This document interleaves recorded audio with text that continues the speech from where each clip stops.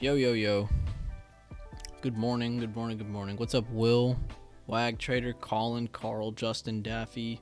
You got served, yo. E, Gel Belly, Jazz Loves Kick, Sand Dollar, Sonia, John. Good morning. Good morning, Anna J.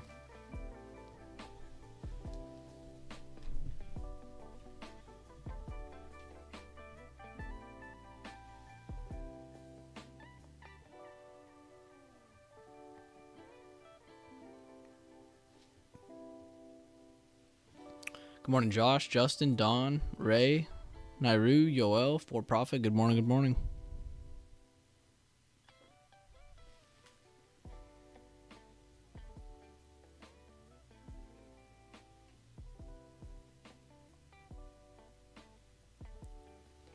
As you guys can see, I've already taken the liberty of grabbing a couple of the smaller time frame levels. The only things I've added, everything else is from bigger time frame. But the only thing I added was yesterday's open. The true high of yesterday, the wick of it. You could also just grab the meat if you want, but I'm combining both levels, so you don't have to grab the meat as well, because it already covers it. The higher low of yesterday and the meat of the low yesterday. So we have kind of an open range breakout area between this area and this area. Everything outside of that is the target. So if you see that, oh, this is only what, 38, 40, 50, this is only 53 cents away plus another 40 cents, then yeah, I mean, that's not really an amazing target. It's really close, but you can't ignore that it's there. So tough shit. So you need to look through these levels as well. You could have initial entries from here and use these as like kind of feelers on the outside of that area. Same thing for this. If it breaks 380, 315, you could use these as feelers. But overall, this is the initial range. It doesn't matter that these levels are super close. Yeah, it kind of sucks that they're super close as targets, but that's also what we need to look past. It's not just a target. It also needs to break that to move a lot more to the downside or to the upside. On the bigger time frame, we are still defending this area. So I'm going to type that out, but 378 to 380.50.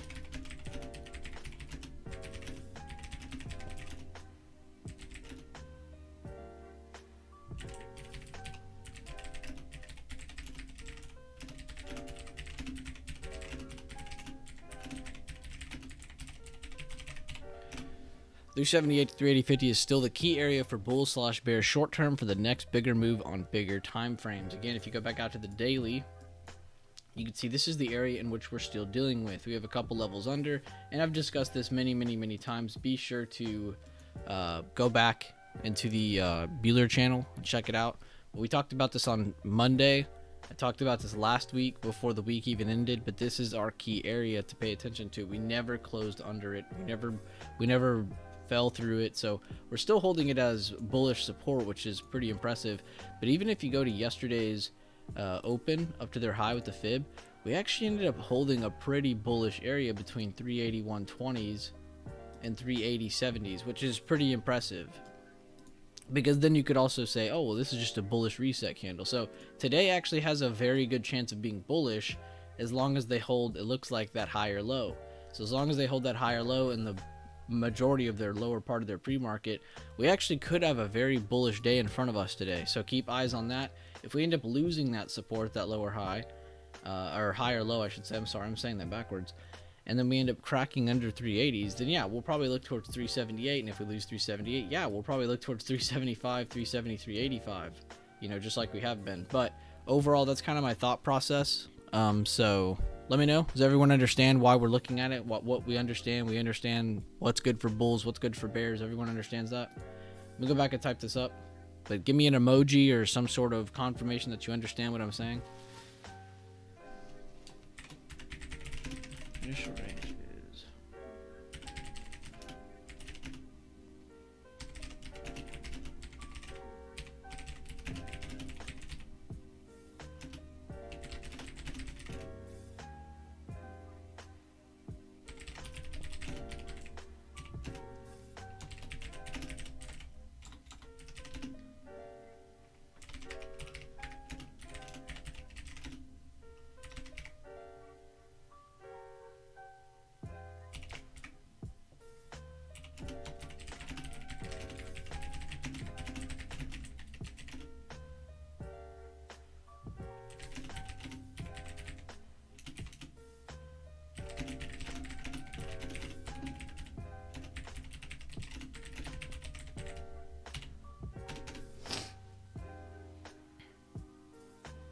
And I just remembered to hit the like button. I need more coffee. And good morning to everybody who said good morning. I'm sorry I didn't catch up to all of you. I was talking about SPY and all that, but good morning to each and every one of you. 100 people watching. Let's get those likes up, please. What's up, Mel? All right, everybody's on the same page. Good. All right, let's move on. So we got SPY covered on the bigger and the smaller time frames. We kind of have the thought process down from bigger down to the smaller time frame. It's not just one and the other. There's two separate plans. They're basically the same plan. There's just different levels on this screen because there's more levels here. There's less levels in the bigger time frame. But that covers the majority of what we're looking at. Now on to the charts in which we can day trade. So let's add the true high of yesterday. Previous day open. Previous day close, true low of yesterday, pre-market low. So that'll probably be the break below is 62.75. Break above probably going to be between here and pre-market high. Could almost combine these levels here and say above that area we're looking for longs. But previous day close, a very strong rejection there. So actually that's probably a better break above even though it's closer. And then of course I'm gonna grab the meat of the high. Oops, it's not the tool.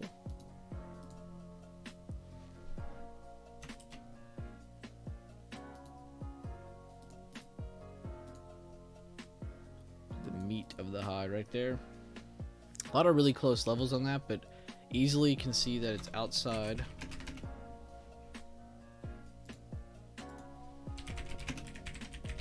Watch outside of 63.45 and 62.75. That's pretty easy. That's actually a decent move there. And most likely if it does push from here, it'll go up to at least 63.85. This is a level from the bigger time frame, but this is the yesterday's open, so they'll most likely at least wick to that, and then they'll probably close here if we do get that pump. If we don't, then whatever, ignore it completely. But 62.75, really good outside range breakout. We have 62 here. 61.75 is there, so that's actually a pretty good move for the downside on AMD if that ever happens. Tesla, you guys saw there was actually a pretty scary drop that happened after hours. They almost hit $100 a share, which is wild to think about. And now they're back above the historical 111.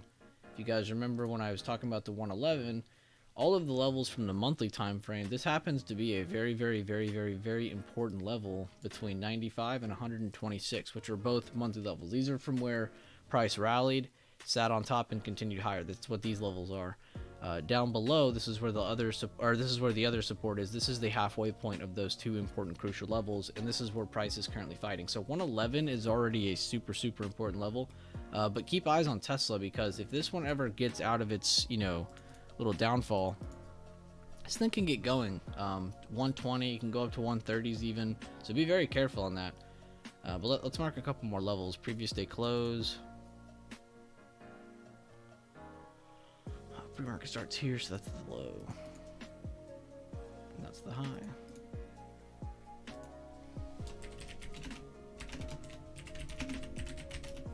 Watch above 114 towards 117.50/120. Above 120 towards 125, 126, 35, and 129, 35. I'll just say 129. Below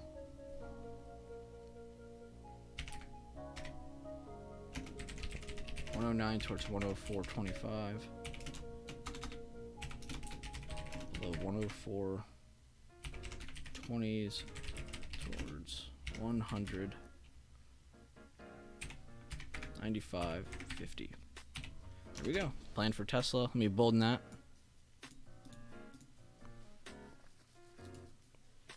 Apple. It's got an ugly range on it.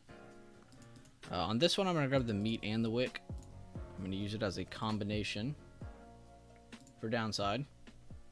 So if price breaks the pre-market low, which is actually right here, 129.50, they're probably going to 129, 128.70. This is not a huge enough trade to take, but we have to mark the level regardless.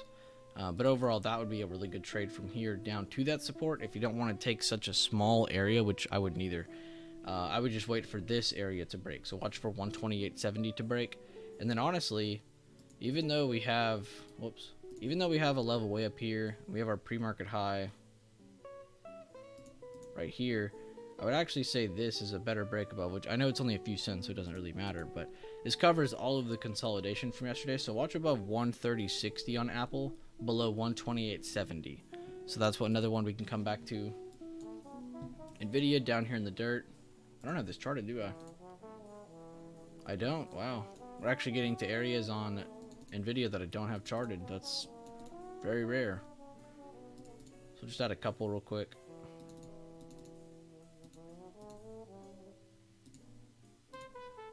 There we go. I was going to say, there has to be levels here.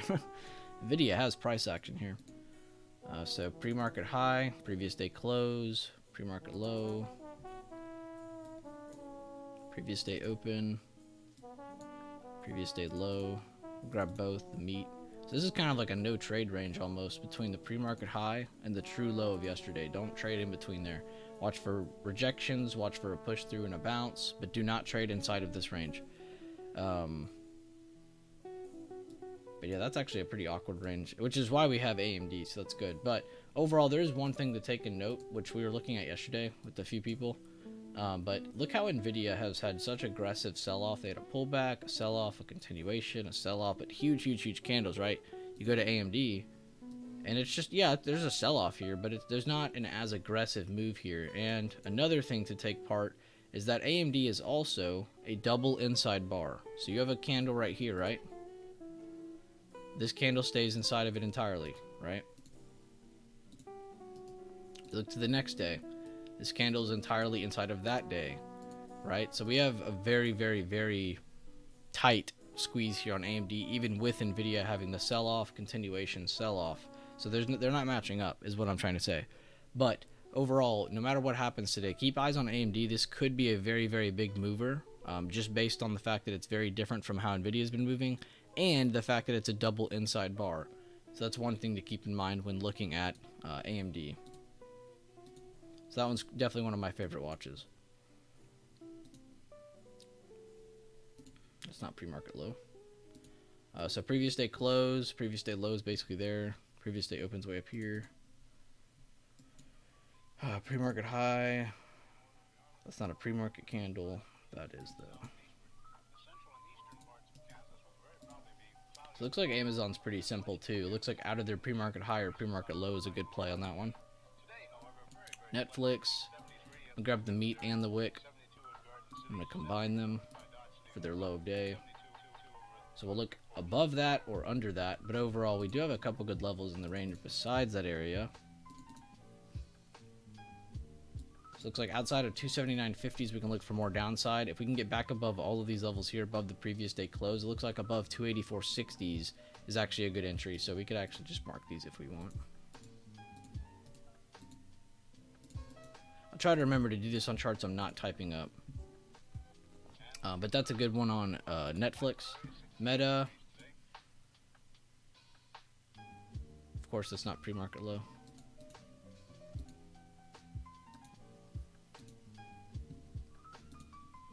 Previous day close. Pre-market high. So that's actually a pretty nice range on Meta. I'm going to type that one up.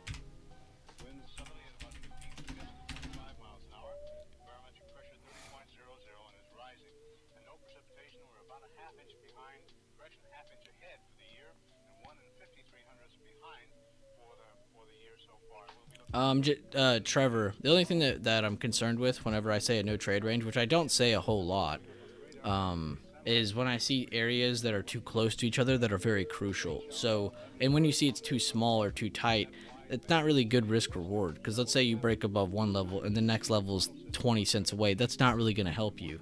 You know, so it's probably best to just wait for that range to be taken control of. Someone break above it, sit on top of it, or someone break below it, sit under it.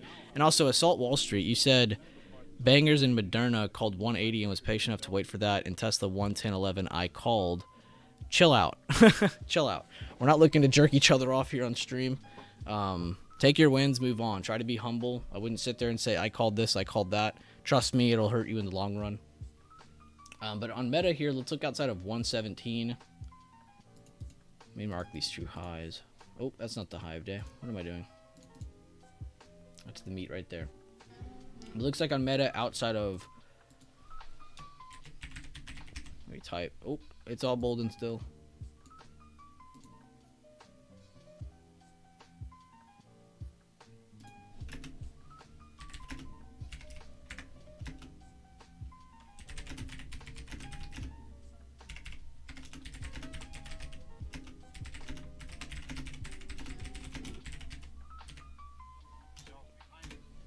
Alright, so that one I said outside of 117 for bulls and 116 for bears for next short-term moves. They'll definitely be the next nice play on Meta. For, again, a short-term move, probably nothing crazy. Let's go down to Google. Actually, I'm not doing Google. I have found those options are not enough fun to play.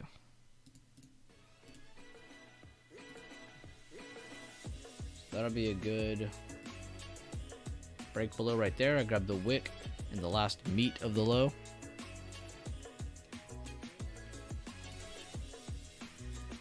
Pre-market high. Ooh, that's actually kind of clean. I like that a lot. Microsoft actually might be worthy of the watch list today, folks.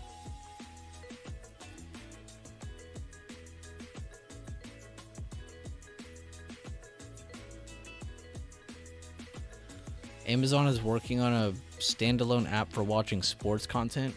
Wow, that's so original of them. Who would have thought to make a sports app? If only like 10 other apps like that existed, man, that'd be crazy. That sucks. That'd have been cool if they came out with something useful. I don't think anybody cares about another sports app. Amazon really shaking waves, everybody.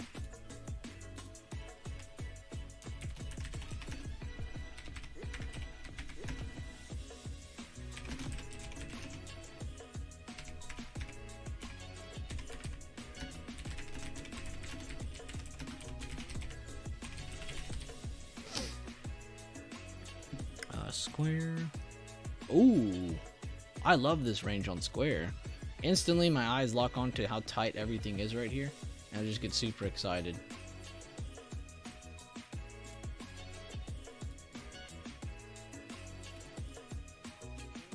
I like that a lot. Okay, we're adding Square to the list today.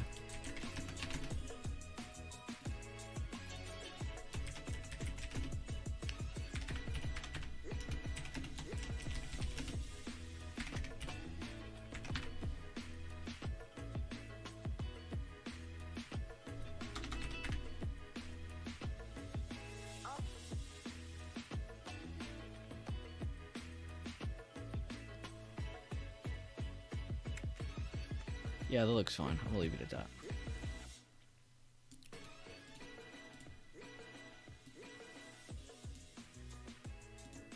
Let me send this out to everybody. Sorry, everybody. Let me send this to everybody on the bot real quick. Bam. Bam. All right, everybody should have it now.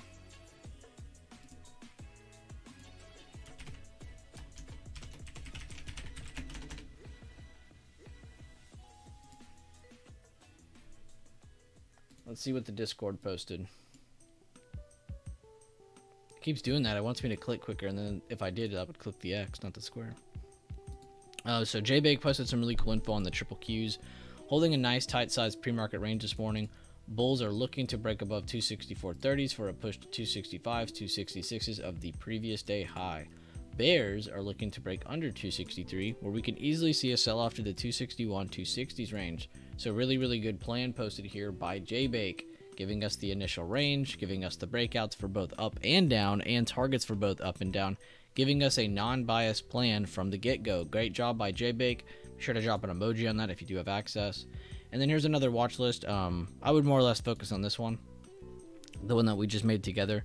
But this is kind of a side watch list that doesn't use my exact system, but my friends Mike, Callan, and Justin post this.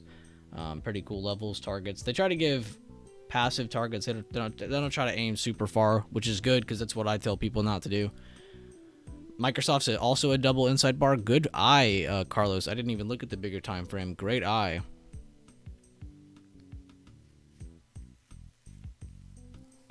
Think they're coming for Disney? Yeah, I don't know if they'll ever hurt Disney's momentum that they have on their apps and yes, like ESPN. I mean, they own all that now.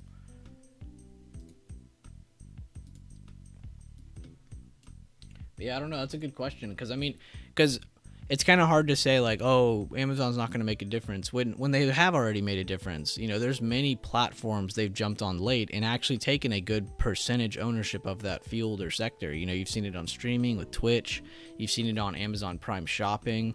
You know, so they're able to penetrate new sectors and actually do some damage. I guess I shouldn't be joking around with that. It seems that one seems a little far-fetched compared to the others, just because of I mean, it's a little late. You know, a standalone app for sports. How many apps out there do that? You know, there's a ton, and none of them are popular because everyone's so focused on ESPN and the main one. So I'd be very surprised if Amazon did penetrate this one, but we'd have to see. You're a bit late, but you do like, not love, Apple above and below pre-market levels. Oh yeah, that's basically the initiating range, and I went a little bit higher on the above side here at 130.60 for Apple, but I love that one a lot.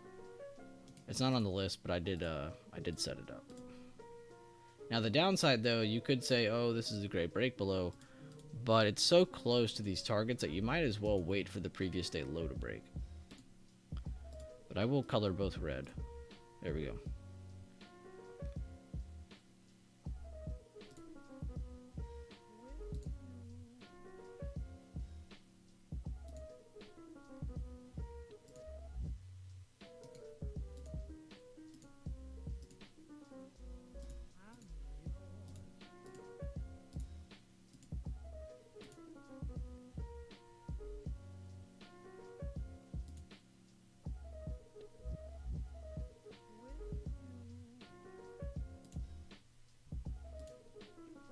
Alright, my bad, guys. You'll have my full attention now. I was making sure.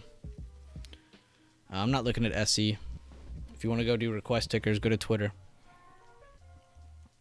Amazon Fire Stick UI is horrible as it is. See what I mean? And I mean, it's a cool product, but it's not the thing. You know, it's not going to hurt that area. Yeah, Peter, isn't that crazy? Tesla went all the way to 104.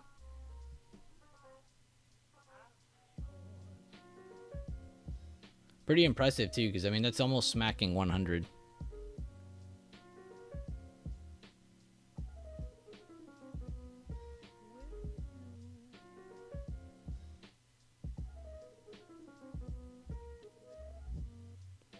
Oh, Sherman, mine used to do that a lot. I don't understand what causes that problem or how to fix it. I just kept kind of pushing through, and sometimes it would come back. But sometimes, like let's say I was looking at my charts last night, and SPY's the last one I was looking at. Sometimes it'll pull back Tesla up first, and it's like, what? So sometimes I think it just goes back to one of your most viewed charts. But again, I have no idea what causes it or how to fix it. I mean, it's not like it's a bad thing, but it is weird when you leave your chart on SPY and then you log back in, and it's on Tesla or you know, something weird you've never looked at. But that is a weird one. Do I think Tesla could fall to the 88 range? Maybe. They would really need to do a lot, though. Let me show you what they'd need to do. Oh, I just realized I marked the wrong chart. All right, whatever. That's what I get from going to bigger to smaller time frame and not noticing. But let's see, 88. 88 is way down here. They'll definitely hit 88 if 95 breaks. They would need to see, and don't get me wrong, I do see this as a good buying opportunity for long-term investors, but if this was to base out and then still not have anything worthy of taking it back higher, yeah, it could definitely break lower. So I would keep eyes on the level 100 and 95. That's kind of a crucial area of support before price can break lower. Why 88 though? Why do you say 88? Why is that? It just seems like a random number. If you have a level there, that's awesome. I'm not trying to bag on you. I'm just wondering, where did you get 88 from? But yeah, very possible though. Jazz loves kicks. If we see 95 and 100 break, we're definitely going to see 88, because the next bigger level is down here at 72, 75. So they'll pass right through it on the way to the next bigger level. But that's a very big if. They've already been selling off, so I wouldn't really say it's fair to say, yeah, we'll definitely get there, because we've already started approaching really, really big supports. 111 was kind of the big one that I mentioned to y'all last week. Yeah, Peter, we all got that message. There was too much selling going on, which most of the time means that somebody is caught underwater. That's a really big player. So a lot of brokerages will issue those alerts, and then those people will not go underwater. Isn't it nice to be protected? But yeah, everyone got that message, at least on TOS. I'm not sure about other brokerages, Peter, but a lot of people got that same message.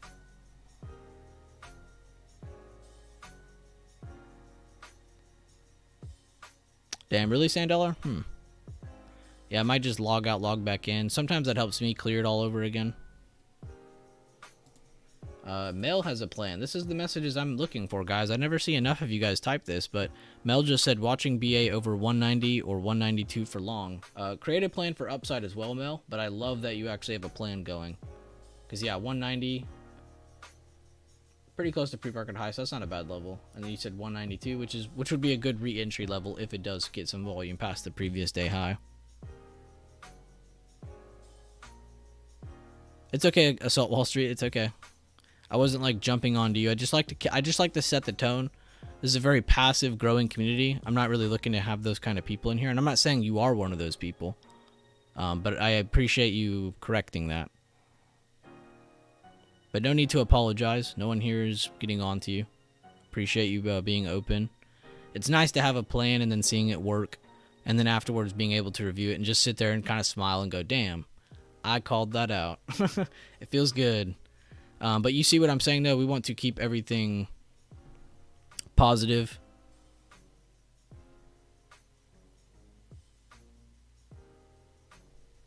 Either I wanted to say, am I bad for bringing negative energy that one day I was comparing myself to you for some reason? I don't even remember, man, but I'll accept your apology, whatever happened. Or whatever happened that day. But no biggie. We move on. We grow.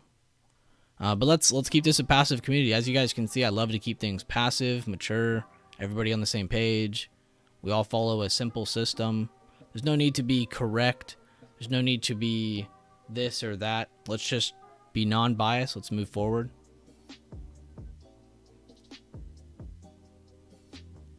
But beautiful job, guys. Assault Wall Street and Shaw Rose. Good job. Where is Elenia? That was a funny-ass meme. Oh, and to your other question, I just saw it. I don't know the exact way to answer your question, but they trade very similarly, like you just said. So they're not the exact same. ES and SPY are not the exact same, but they do move very similarly. So you could almost essentially grab the same levels I have. You could almost do a new... You could almost do a new chart. And just add the meat of the high of yesterday. And then add the wick high of yesterday. Combine those up. If you really want to combine everything, add that previous day open as well, which is right here. And this is kind of the main resistance. So even though SPY and SPY futures aren't the exact same, they have the exact same setup here for the break above, which is above the highs and the open of yesterday. So that'd be a good short-term level to look above on SPY futures. To the downside, and this is where things get a little funky, and this is just like SPY, we have a good level for downside, but you have a very close level from the higher low, and you have a very close level from the meat of the low. and then you have the low of day. So it's like you can look past this, you can look past this level here, but as you can see, there are very close targets once you break down. That's the same exact seat we're in on SPY. So kind of think of them as like feelers. This is where you want to see a break, but these are where there are other important levels that need to break for you to see that bigger move, which you might see. They might not even react to them at the same time. We've seen that multiple times.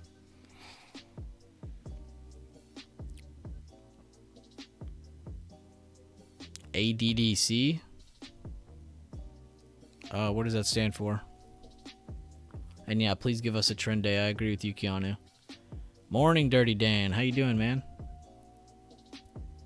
Dirty Dan.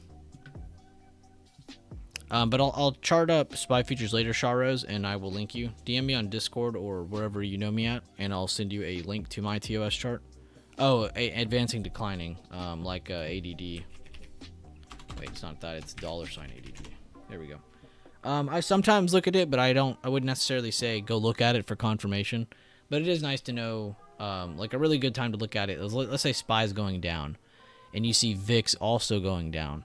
Well, that means someone's lying, because VIX and SPY are not supposed to go down that long together. You know, there's going to be times where you see a couple minutes of them doing the same direction, but if they're doing it for the same direction for multiple, minutes, let's say for 30 plus minutes, SPY's dropping and so is VIX, then it's really good to go check ADD to kind of see who's lying, because VIX would show you that there's fear stepping out, but also at the same time you see fear stepping in on SPY, so someone's clearly lying. You go to ADD and you see it pumping, well, now you know someone is buying up stuff on SPY. It's just not popping up on the chart yet. There's not enough of it happening. So then you could say, oh, well, VIX is lying. You know, so it's just kind of a good tertiary confirmation outside of what you already have. But I really don't look at it that much, I'll be honest with you. The meat of the candle. I don't know how else to say it. I really don't. I always see people, I mean, I know you could just say, oh, here's the opener, the close of the candle, but that confuses people. You know, so saying the meat of the bone or the meat of the candle is a really good way of looking at it. No problem, Peter. Nice inverse head. Look at Daffy calling out inverse patterns on ADD. And yeah, 10 minutes till the bell. Get your coffee, get your water, be hydrated, be awake.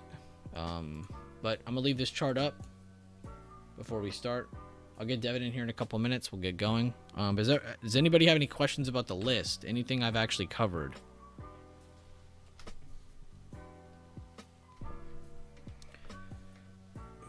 And I guess I could do this because I need to do this more. But if you guys are confused about anything we've done up to this point, if you guys don't know how to navigate the levels, draw the levels, trade to and from the levels, which is what navigate means, go to this video, workshop number, the one that my mouse is over, workshop number 11. This is the video that covers everything from head to toe, from how we draw the levels, how we navigate them, the 3 types of entries. I cover both the open range breakout, I cover the retest entry, and I cover a special type of entry that takes time to see and takes time to get better with, but by the dip strategy. So this is all in there. The staircase method is in there where I cover everything. But yeah, this is the video you guys need to check out, workshop number 11, if you are confused about anything I've done up to this point. There are other videos, of course, if you want to go to my playlist. There's a playlist on the charting, there's a playlist on the trading, there's a playlist on, I mean, literally anything you can think of, day trading, scalping, swing trading, it's there. You just got to look. But take time to watch this video at least. This is the one video I would recommend from my channel if you're new here. But definitely helpful for anybody who doesn't understand what's going on with what we're doing, or anybody who's just trying to kind of get on the same page as us. That's a very good start to where we are. And if you're in the Discord, there's 100 places you could check. Just ask.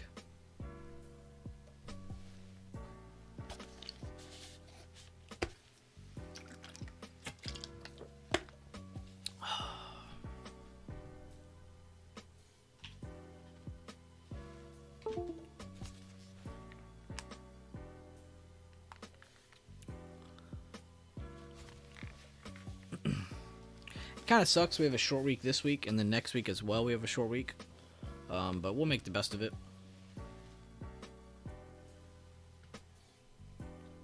Yeah, that first one's probably the hardest one, Wag. So if you took that one first, I'm very impressed. But that one that's the one I personally did. I basically combined a lot of questions I've used on past like courses, quizzes, questionnaires that I've done with the chat over the past 3-4 years. So I combined a lot of those questions. I reworded some of them, reiterated some of them. But yeah, that's definitely the hardest one, is that one, because there's like, what, 50 questions or something? I put a lot of questions on there. And a lot of it is like deep math on options and like the understanding of options. But that quiz will open up your mind to how complex options really are. They really are moving variables with like a billion variables. So let's get Devin in here.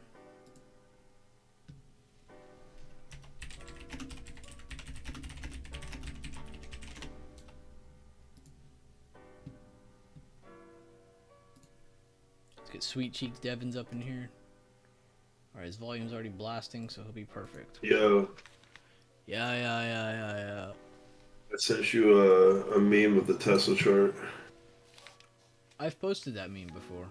No, but it's just funny because it's right. Tesla's getting hammered. Dude, you're just mad because Bitcoin's down. Everything's down. Bro, Tesla's going to the moon today. I don't know what you're talking about.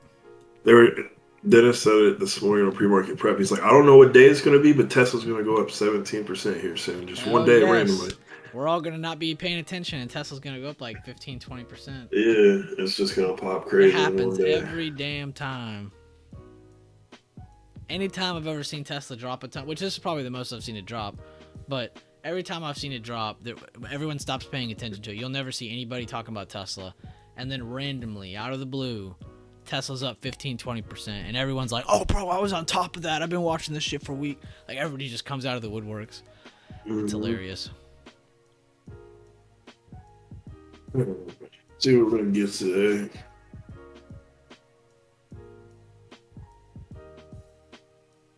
Kind of got a rule of three set up in the pre-market on both sides. It's already tested the top side and the bottom side twice. See if it tests it each one more time and see if it breaks out.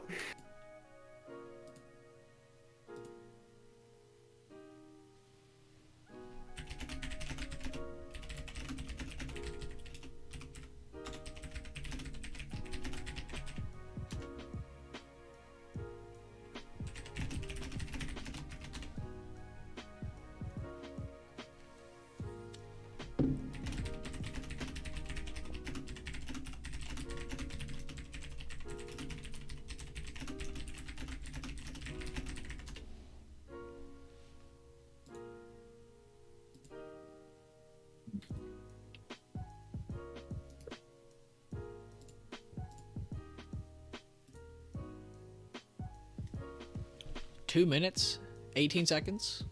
Devin Booker. It's funny you say that. I have him on my fantasy basketball team. Yeesh. Dude's got a groin injury. Can't play because he's tired.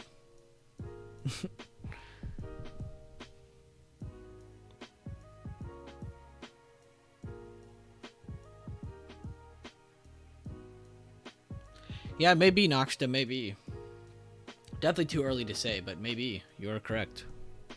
Oh, Noxta, I have a list for you. I added these two. Check those out for me. XOM and JWN. You were looking at CVX the other day as well, so you probably already have that covered. But when I was adding onto that power hour list, I added these two. But I like all of these. If I do a power hour stream today or tomorrow, Noxta, I'll be sure to let everyone know ahead of time in the premium chat. But these are the ones I'm still watching. A lot of them kind of hit a lot of the areas we mentioned. Now it's just kind of like waiting for them to base out or give us a little bit more short-term signal, I guess, short-term direction. But those are the ones I'm looking at. I saw your name pop up and it instantly reminded me. Got a minute till open, everybody. Good morning, Jay Bake. Always glad to see you. Good morning, Sonia. Good morning, Taylor.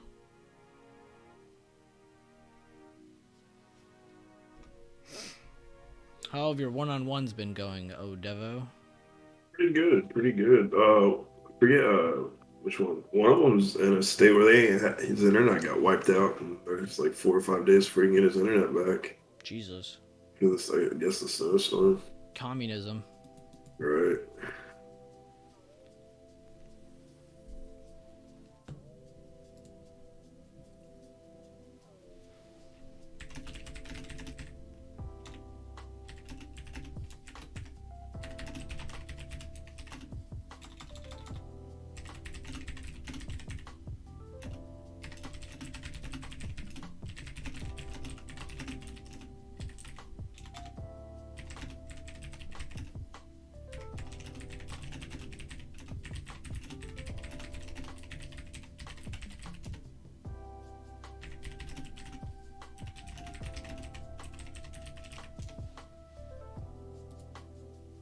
All right, guys, market open. Everybody keep your eyes open.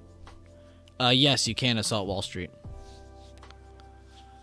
Devin, how long can you trade SPY future options? How long can you trade SPY future? You can trade them all day except for there's like a 30-minute window that closes, I believe, at 5 o'clock that they like adjust something for the day, then they fire back up. Or it might be an hour. I don't know. I don't trade that time of day, so I'm not. But you could trade it a lot longer than the general market. Yeah, 23. I think it's like 23 hours a day. It closes at like Friday at 9, then opens up Sunday at 6. My bad, guys. I don't know why I was on Tesla. I should have been looking at SPY.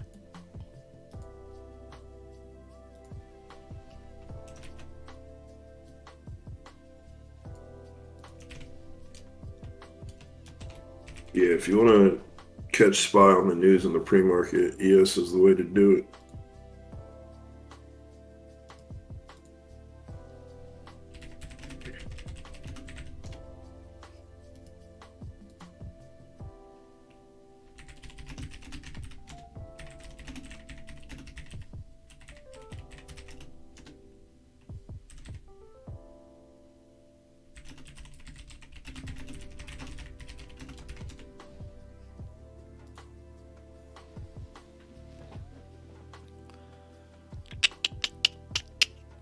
Hey, you'll catch them, though, assault Wall Street.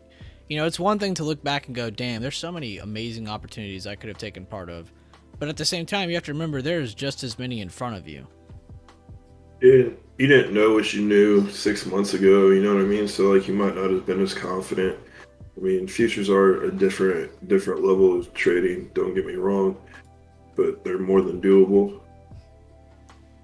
Yeah, they tested bottom of range, or top of bottom range, Noxdo. You are 300% correct on that.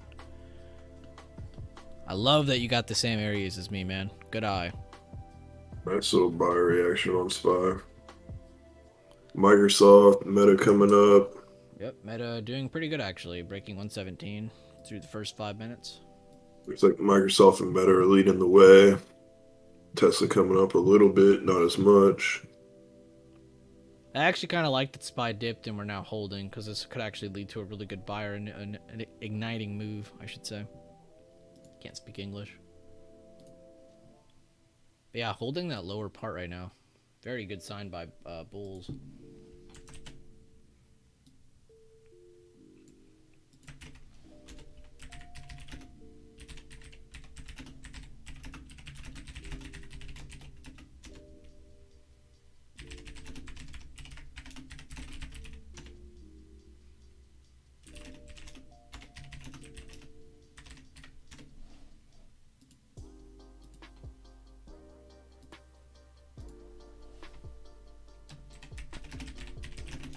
Bulls coming in strong off that dip. We're only first 3 minutes of the market getting a little action. Amazon coming up finally.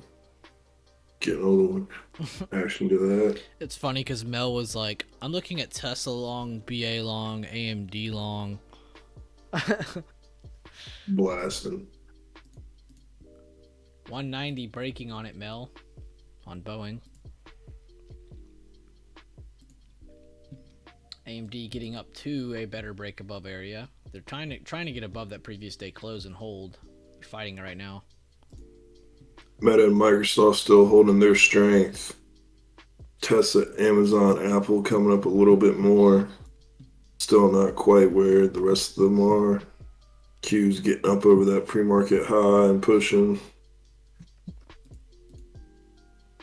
Tesla's up the most. Meta's behind at 1%. Everything else is under 1% though. That's on my short-term list.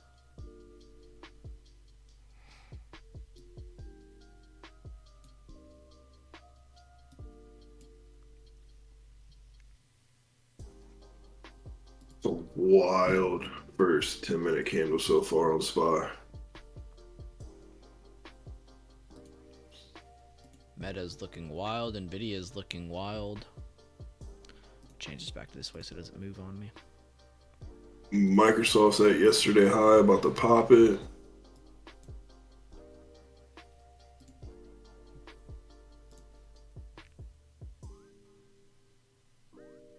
Keep eyes on 264.30s on NASDAQ,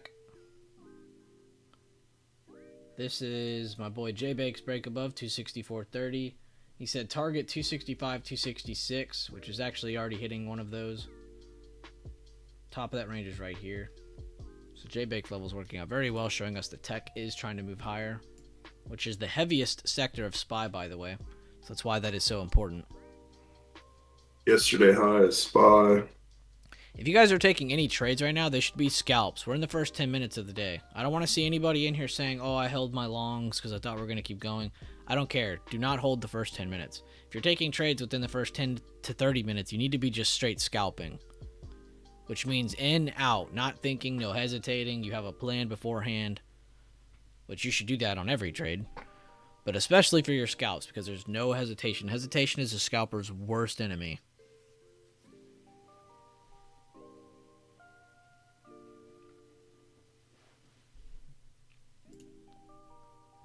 We got 4 minutes on our 10-minute candle.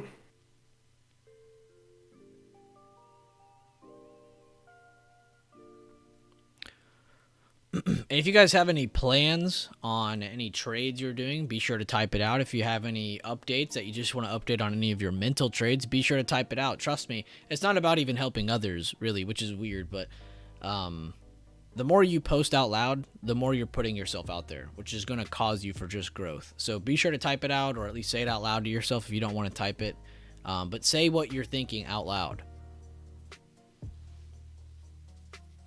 I think SPY is crazy bullish right now for no reason.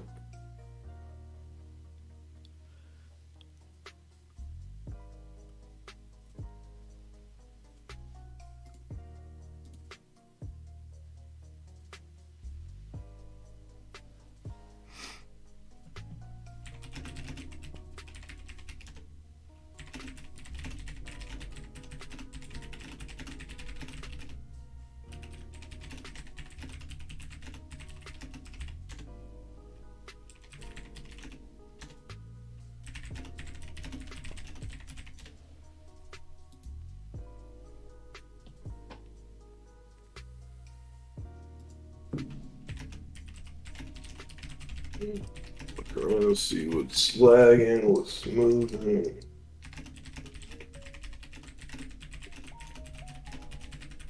Burpee's just now getting over its pre-market high. Google wicked right off of it. Tesla never got to it yet.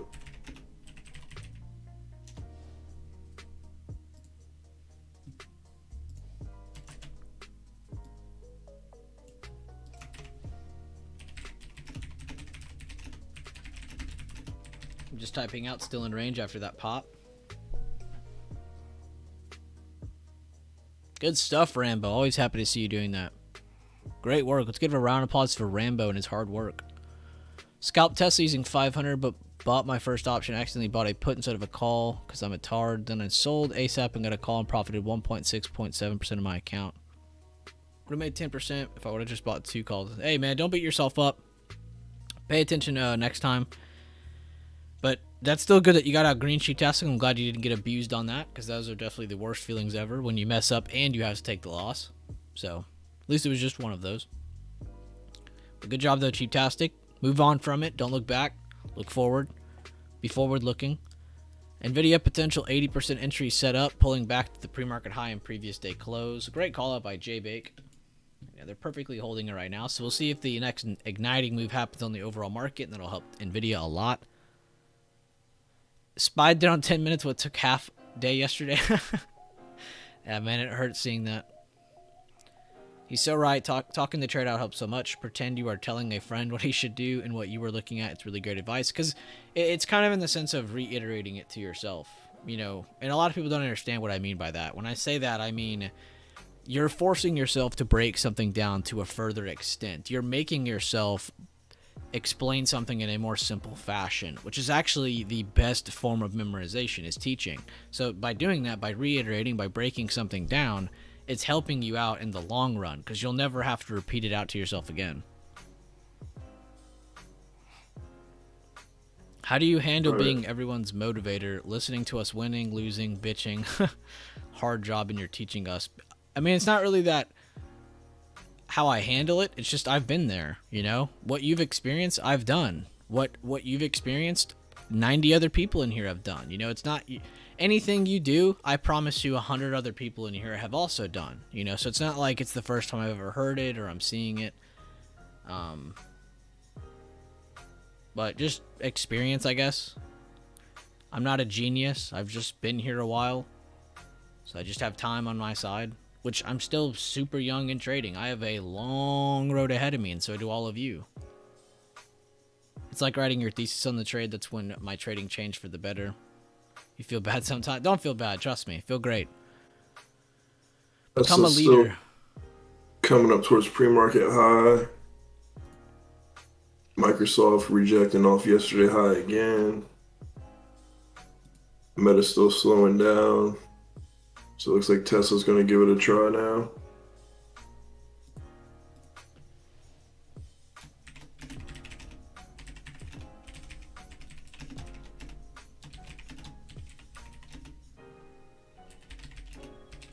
B still pushing higher over that pre-market high. XOM hasn't really gone anywhere.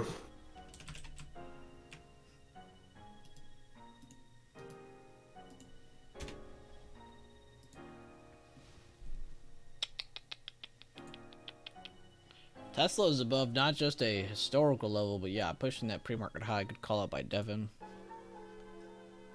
AMD at a pretty good retracement spot. Nvidia is still trying to hold a good area for a potential bounce. So if you see everything continue higher, Nvidia is definitely a good watch. You can keep your stop loss at pre-market higher, or even just 141 flat if you want. But that's not a bad one. I like how it had lowering volume into support. Still have 18 minutes before data.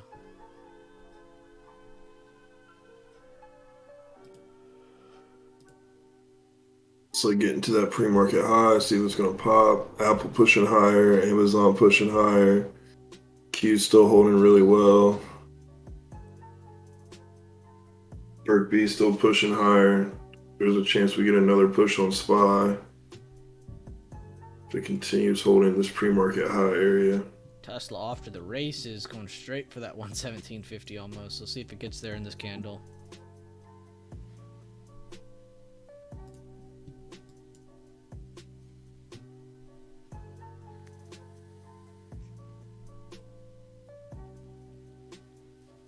Good question, Assault Wall Street. That is kind of the thing to think about right now.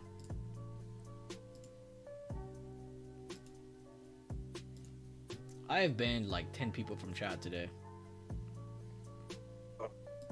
Just like spam accounts or fake dealers? Spam account. Actually, not a single fake dealer today. All spam accounts so far today. Retesting yesterday high on SPY. Short-term time frame, not terrible volume.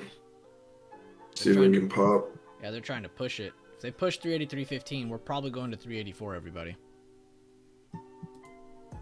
I like Nvidia the most as long as they hold this blue area. So if you grab calls, keep your stop loss moderately tight. I'd say 141 is a solid stop loss. You could say 141.20 is a good area as well. Yeah, every time I say it, Shaw Rose, I think I'm threatening somebody when I say his name. I hope YouTube doesn't pick it up as me saying something either. Like, oh, he's being threatened. He's threatening Wall Street.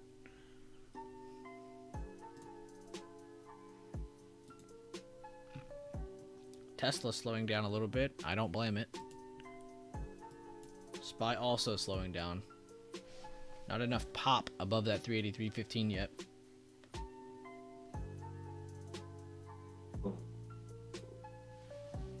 Alright, if we do get a drop, everybody, let's use a fib to help us out. So let's go from today's open up to the high where we slowed down, and we can highlight this area here. If we can come down to this area and hold it as support, that'll be a very good bullish retest inside of the range, which is still risky because, like I just said, it's inside of the range. But if we come down here and hold this, this could actually give you good short-term bounces. So keep eyes on that. Hey, don't be sorry about the inactivity. I'm glad to hear you were at school, but managed to catch up on it all. Good stuff, Kai. And yeah, I definitely remember you, man. I'm glad you're back. Glad you're here. Call you John. We have too many Johns. We have a John army, a Josh army. We got a Phil army.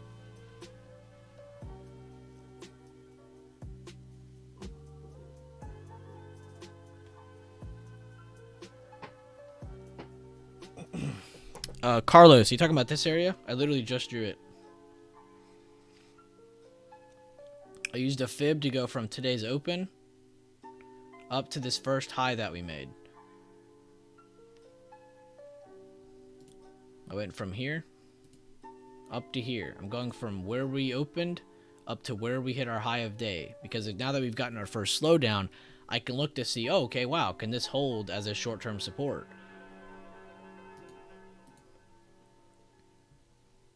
Just a small tip.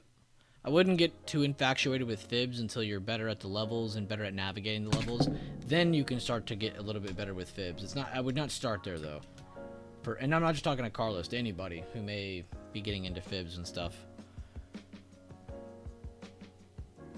Or Cowboy. Cowboy's a little less threatening than Assault Wall Street. I'll go with that. That's pretty funny.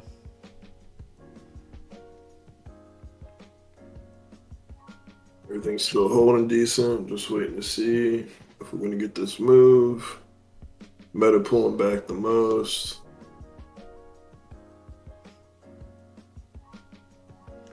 It's actually a pretty good spot for SPY puts into this area, but I'm not trying to get you guys into retest plays. I'm trying to keep you guys on passive plays. If you did enter some puts here, you can keep your stop loss at high of day or 383.15, but it's probably not worth it. I would just sit tight. Just trying to show you a good way of thinking about things. Try not to force anybody into trades.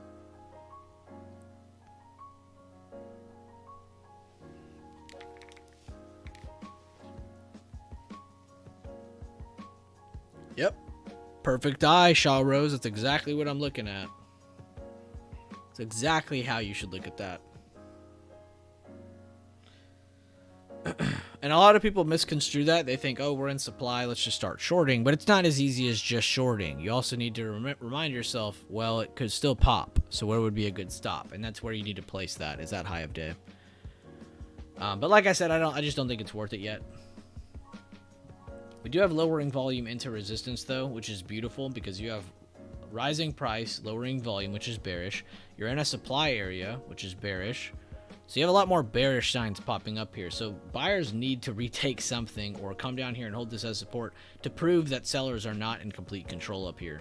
But right now, this is definitely in bearish control until proven otherwise, is how you should look at this chart. I'd look at the short side until proven otherwise.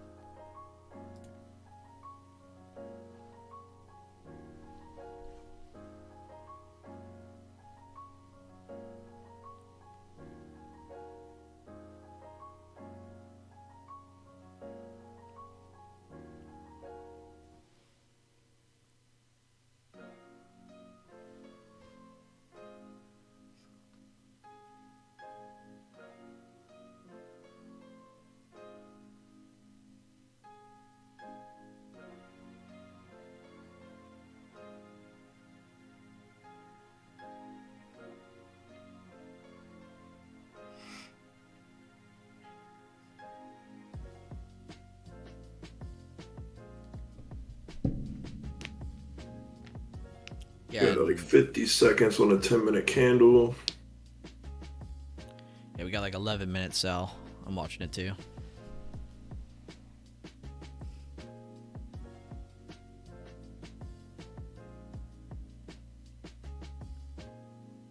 No, that's a good plan, Shaw Rose. I like that thinking. Like I said, it's okay to type out what you think is going to happen.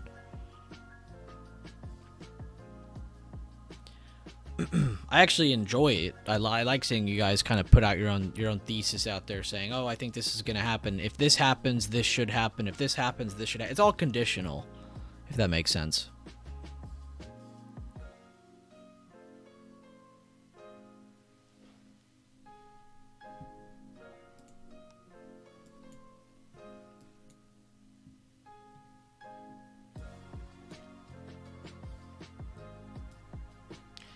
And you can say 122, Coach, but don't ignore previous day open, previous day high. You have two important levels before 122.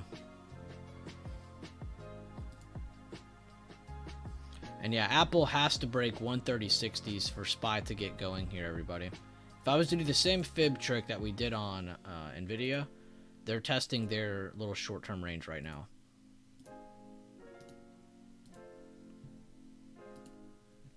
Yeah, it looks like everything's going to pull down. Still have lowering volume. We still didn't pass supply. So we should have bears still in control. And there they are. And they instantly react to the short-term retracement spot. Instantly. You saw it wick up, then you see it pull back down. That just shows how strong the sellers are. But they did react to it. There they go, reacting again. Let's see if they're strong enough to just sell off under it, or if they're going to actually try to hold this area.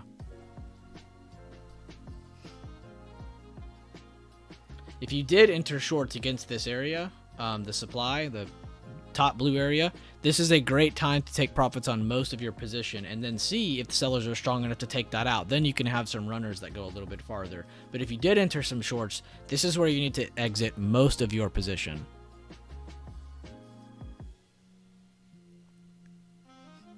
See how they're reacting to that short-term pullback? That is not random. That's calculated. Again, going from open to the high of day when we had our first slowdown, that's all we're looking at, that little short-term retracement.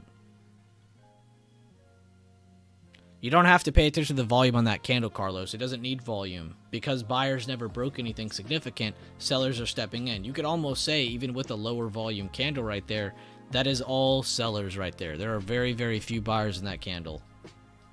So even though it is lower volume, it's still super bearish. Because of what it did up to that point. It's not just that candle. What did the candles do up to that point? That's why I was covering that just now. See, now you have rising volume over the previous candle. It's all about telling the story of the entire chart, not just one candle or two candles or three candles. It's the entire chart. They're still fighting for that short-term retracement spot.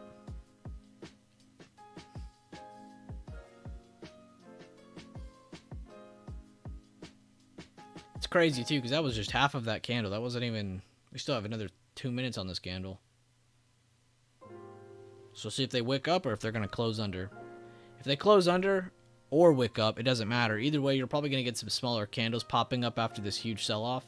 And then you'll see a little bit of consolidation. And then you'll have to pay attention to see, are they going to take control of that retracement, that middle blue spot? Or are they going to try and move lower down to 381s? Exactly. We're just halfway through the candle. It's crazy.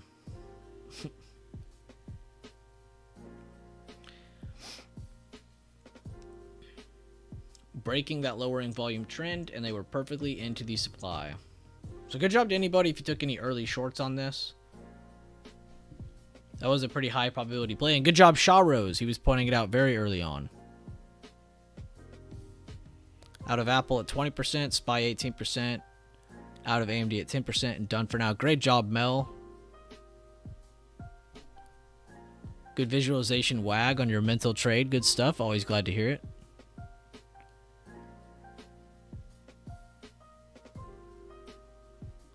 It's like, get the heck out with some money. We do seem to be closing below. We still have less than a minute on this candle. Hey, Shaw Rose, take as many mental... How many times have you heard me say, take a mental trade? That's what you could have done there, and that's essentially what you did, so great job. Who cares that you didn't take an actual trade on it? Right now, we're trying to grow our confidence, right? We're trying to grow our confidence, our knowledge. What's the best way of doing that? Taking as many mental trades as we possibly can. So that's why I was congratulating you. Good job on your plan beforehand. It wasn't some after-the-fact bullshit. You were saying it beforehand. Don't beat yourself up, man. Trust me, it does you no good. Keep mental trading. Continue to review the charts. Continue to mental trade. Trust me. Do that over a period of time.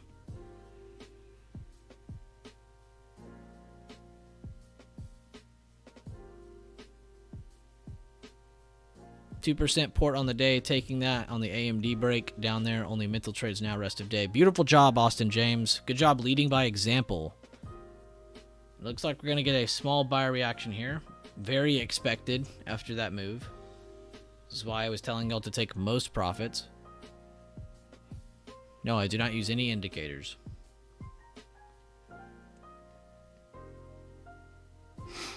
Now, that doesn't mean I hate indicators. There are some indicators I enjoy. The 9 EMA or 9 SMA, those are beautiful for short-term confirmations. I love those on the bigger and the smaller time frames. It's probably one of the few consistent indicators that I like. I just don't use it anymore. Middle VWAP, I see a lot of people use that. It's a great one as well. And we have 200 viewers in here. Can we up these likes to 100 likes? We're only 18 likes away with 205 people in here. Welcome, everybody. I appreciate everyone tuning in. Regardless of this being your first time in here or not, definitely be sure to check out some of the video content, but I appreciate everyone being in here. Indicators are just too much noise. Only indicator I use is 9 EMA because it's just an extra bit of... See, Kai's on the same page. You are the indicator. Looks like Microsoft's the one pushing the market back up. They got a crazy wick coming all the way back up from the pre-market high retest below, all the way back up to 38.24. Yeah, they did a 100% retracement. Yeah. So did Meta. Boeing's still going with the vengeance. If you were to do the same trick that we did on SPY and Nvidia, I was going to say, they look like they held the halfway point of this candle. They came down, held the golden pocket, and got a good bounce from that short-term retracement. So this is what SPY and Nvidia failed to do. Excuse me.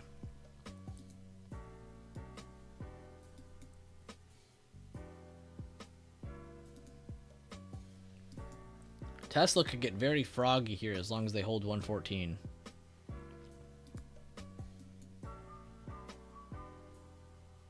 Apple's rejecting their short-term retracement. What's Nvidia doing?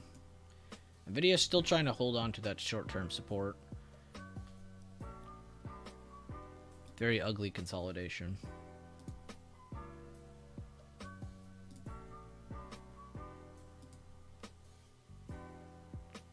Possible you got served, yo. I was kind of thinking the same thing, and that's why I said ugly consolidation, because it's not super clear, but it does represent a potential bull flag.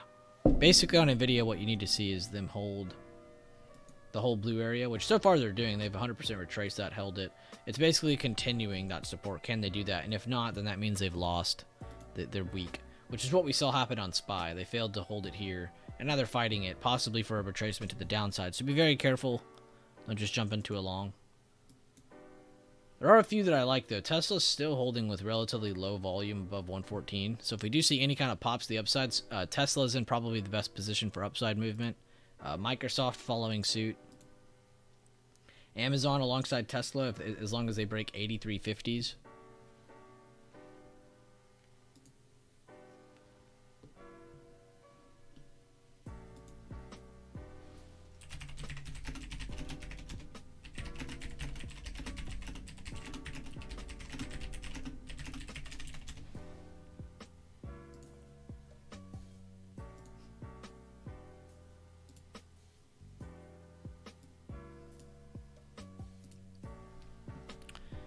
Entered Tesla at the yellow circle, like the long wick and the body on it. Took half at first arrow, then the rest at the second arrow.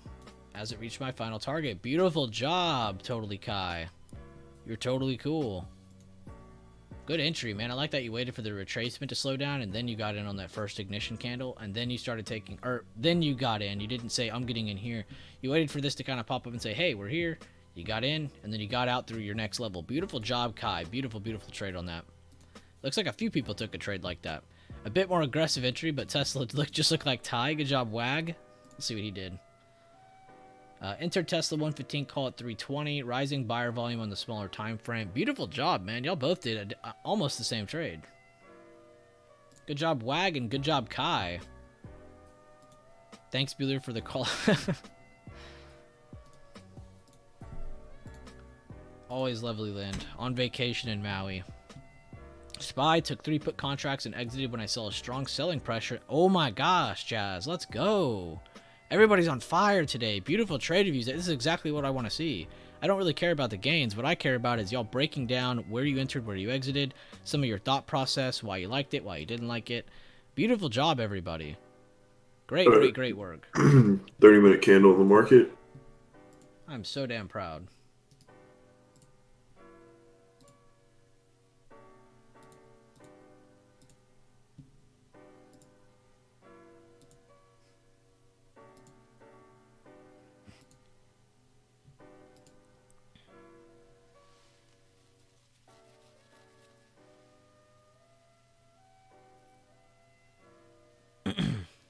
Y'all got those likes quick. Thank you very much. I appreciate every bit of you 205 viewers. If you're new here, be sure to check out workshop number 11. It's the third most recent video on the channel. It'll give you a good insight on how we get our levels, how we trade the levels, the different types of entries we limit ourselves to, the staircase method, which is how a majority of us grow our accounts.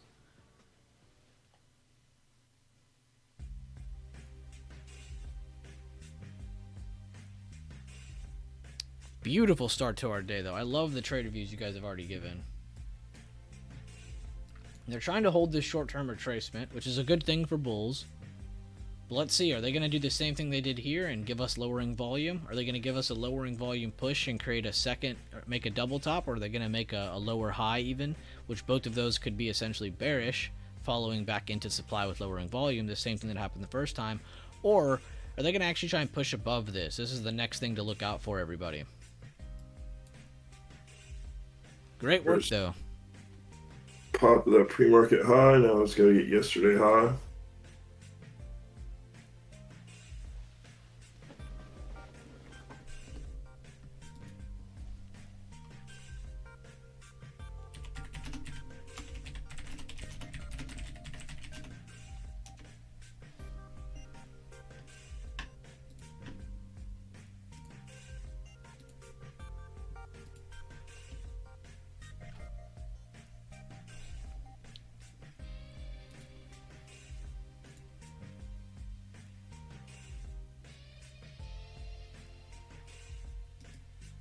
Rejected that pre-market high.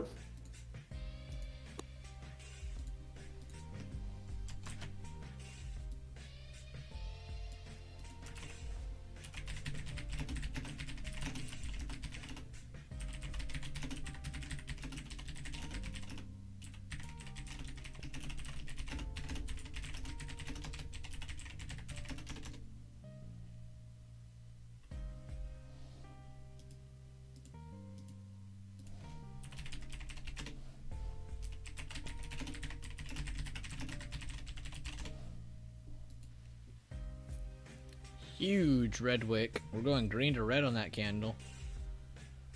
Still have another minute and 45 seconds. Yeah, same as well, Mel. We're pretty bearish until we pop over 383.15, 383.20s.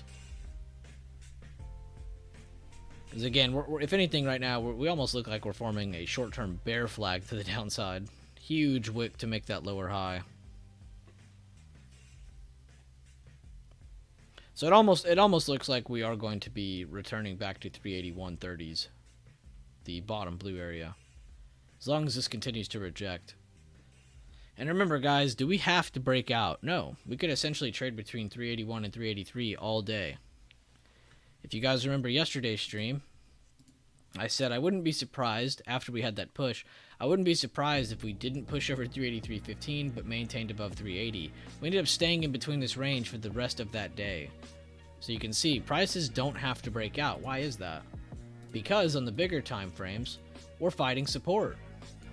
We've dropped under, we've held above it, we've held inside of the range multiple times. So yeah, we could get a good buyer move, but essentially we don't have to go anywhere. We could just trade sideways continuously on top of the support until a bigger move has happened. So we essentially don't have to go anywhere. So take that out of your mind if you're sitting there saying, we have to go up or down today, it can't keep doing this. No, it definitely can. We've seen weeks and weeks of price action sit on the same range.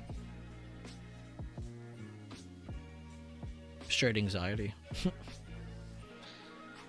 mRNA using monthly as support. Ooh, good update on that too, Assault Wall Street. I'm very happy to see the Moderna updates coming through. Regardless if I'm trading or not, I love to see that you're continuously following one and kind of following the story of it. It's very nice. It's a very good way of learning. Exactly, the market doesn't owe anything to us. It's a very good way of thinking about that. Tesla still holding 113.50. Beautiful call out by Noxta. Apple rejecting short-term retracement, and it's a lower high still. Seeing a lot of rejections, a lot of top-heavy charts like D-Touch just said. And as I'm talking about range, ST says, careful, SPY futures are in a 20-point range, do not get crushed. coming through at a perfect time.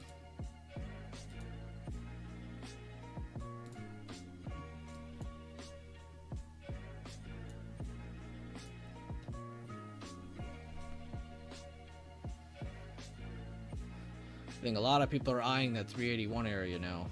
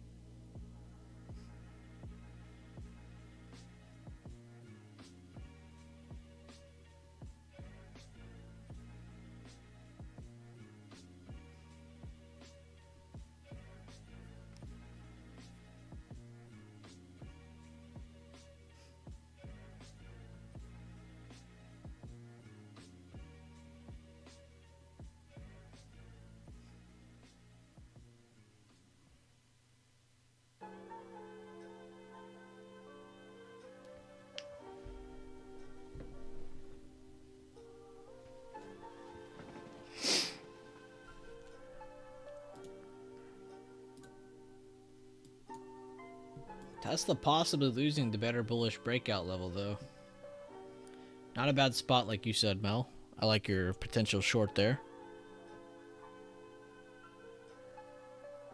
And good stuff, Phil. You got your profits. Don't need to continue putting yourself at risk, but if you see something, pounce on it. Right now, I would chill, though. We are very choppy inside of the range. But again, this is needed. I think when people hear the word chop or they say the word chop, they're probably just meaning that there's a lot of candles sitting in the same area. But you have to understand that is needed. You have to have range trading, consolidation, before a healthier move can be made on bigger time frames. So this is actually needed price action. And I don't know if I'd say choppy.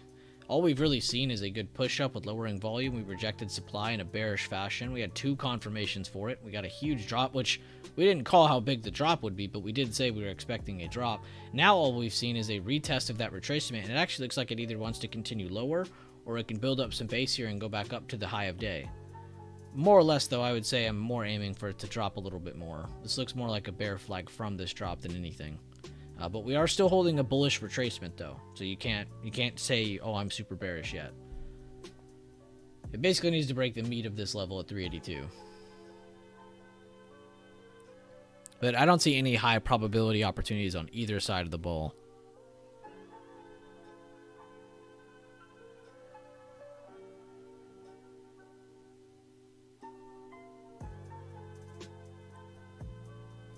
Chance, you want me to like draw the levels of it? Is that what you're asking? It's basically 382 and 382.40.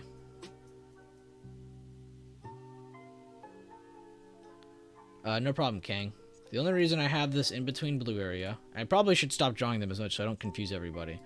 But the main reason I'm drawing this is because we had a good pump and we pushed up into this high.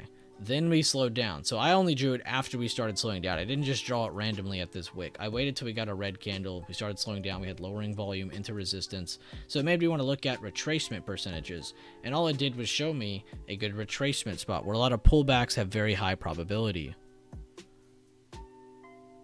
This is where I got that from. From open to the high before we slowed down. Giving me a good probability spot for pullback. So if a sell-off happens, this is where it's going. If we get a pump, this is where it's coming from. Right now, you're seeing bears slowly take control of this potential bullish retracement. The Fibonacci retracement tool says it right at the top of my screen.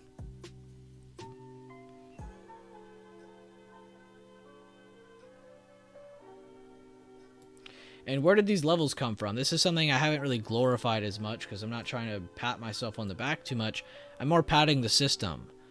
But what levels did we just project? Did anybody notice?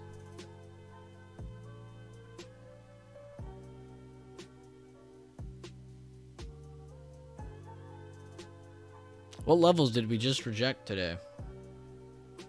What's that top blue area? What's that a combination of? Somebody label it.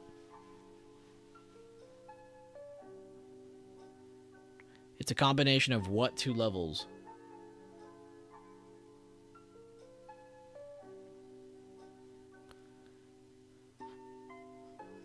Dev, are you DT 236 on trade floor? Yep. Not you.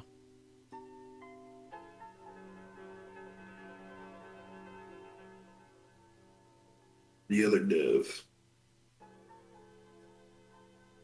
You're not? Okay, well that's weird. I only asked that dev in YouTube chat because you typed PDH, then someone right after you typed PDH in trade floor. Come on, guys, that's not the pre-market high. Look at that previous day just for a second longer. It's not the pre-market high. He's got the previous day high, right? But what's that other level? Look at the far left of my chart.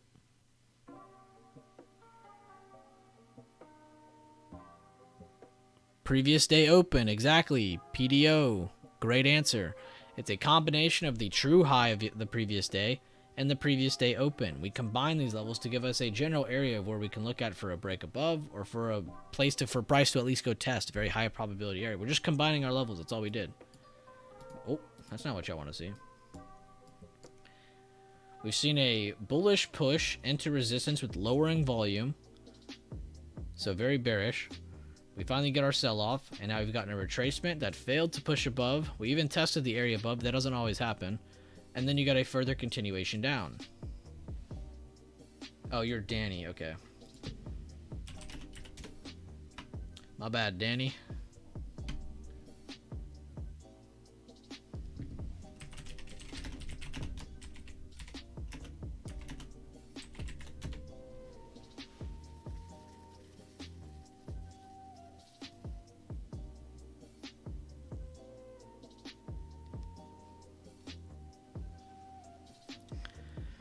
Almost made it back to today's open. We were 14 cents off.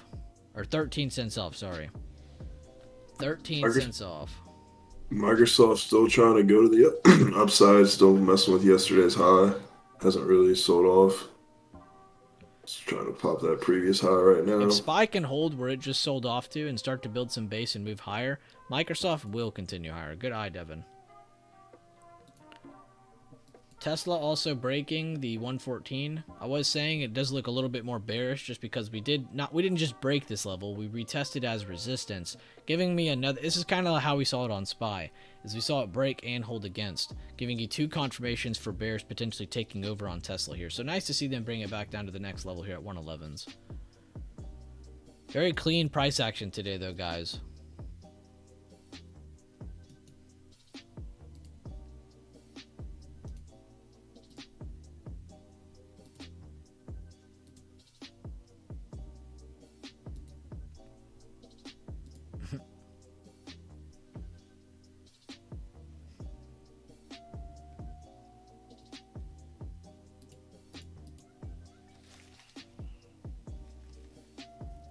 Amazon's holding also.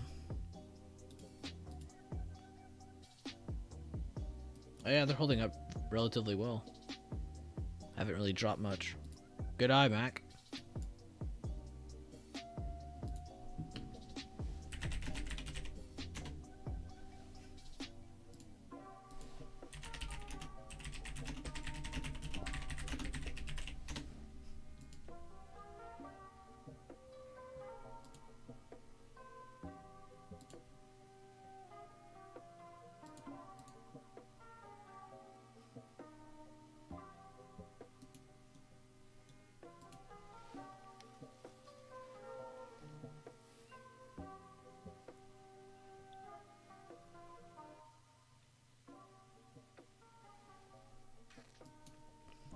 There's the candle. We have big volume. Oh, wait, my bad. I was looking at the wrong candle. Ignore what I just said. If this had that volume, I would have been very excited. But that matches it. Low volume, no body, very indecisive candle. The reason it's yellow is because it means it perfectly closed at the same level that it opened at. So a very, very indecisive candle here. This basically means 50-50. Wait for more information is what this candle tells us.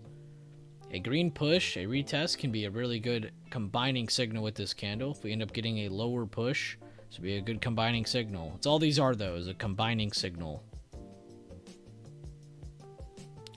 Like we did today when we said, oh, lowering volume and we're at resistance. That gave us two combining signals of saying, hey, bears have a lot more confirmation up here than bulls do. We're doing the same thing here. We just gotta wait for more info now to get those extra confirmations. Microsoft did get that push higher. See if that's going to continue.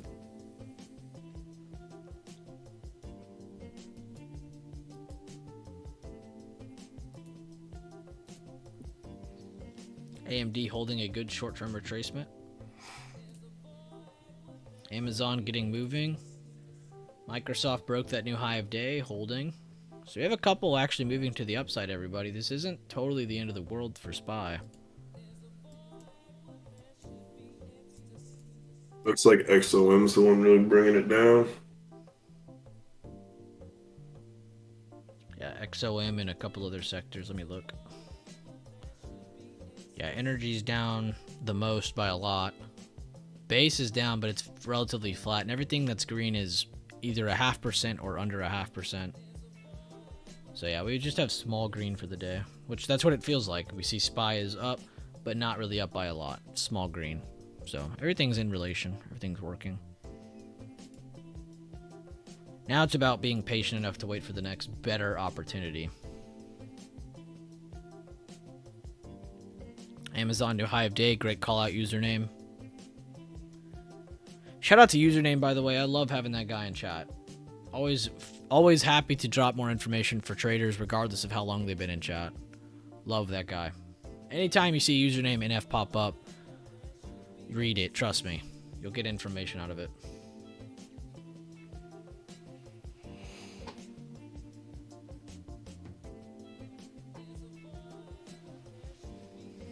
Yeah, we shorted SPY, Carlos. Aren't you there? You're just not going to see me sitting here going, I'm up 15%, I'm up 20%, I'm up 25%, I'm up 30%. Oh my God, I'm taking profit here. Everybody share your gains. I'm just not like that. I find that very toxic and not really helpful. I'd rather sit here and discuss why what's happening is happening. Oh, you weren't... well, we shorted SPY. Go back to the beginning of the stream. Today's price action was beautiful for calling out double confirmations against resistance. And it wasn't just me. Everyone in here was on top of this. This was not just me looking at this. Shaw Rose was on it. The majority of people in the YouTube stream. I just can't call you guys out name by name because there's so many of you now. But most of the people in this YouTube stream were on top of that. That's why I'm not taking any credit for it, because everybody in here was on top of that. Oh, I saw my home screen for a second.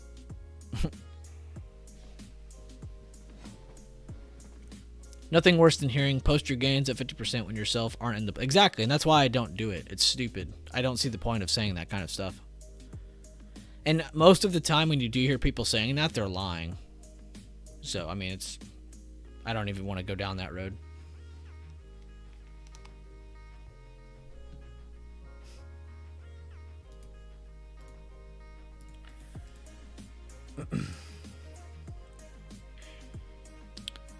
And it's funny because a lot of people in the past were like, hey man, you should start talking this way like the rest of us do. You should start raising your prices. You should start doing this. It's like, why? Why should I be like the rest of you? So I can die out like the rest of you? Like, I don't see any of those traders around anymore. Guess who's still around and streaming on YouTube? Me. Because I didn't follow suit with being a sheep. I don't raise traders. I don't raise sheep. I raise leaders. Leaders come from these chats, not traders. Leaders. Majority of those people who told me to follow suit with them are either on Telegram or they're not on anything anymore. By the way, Telegram is where scammers go, so that's why I'm joking about it. I do not follow the crowd. Yo, bro, send me your banking info on Telegram. Yeah. And your ID if you don't mind. What?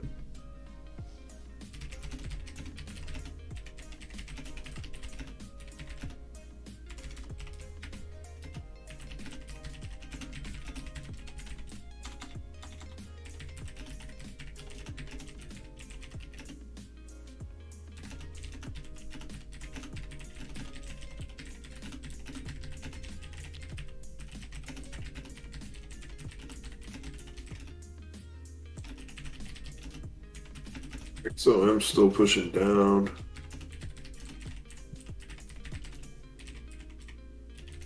So I had 30 minutes, got a nice indecision candle with 10 minutes left.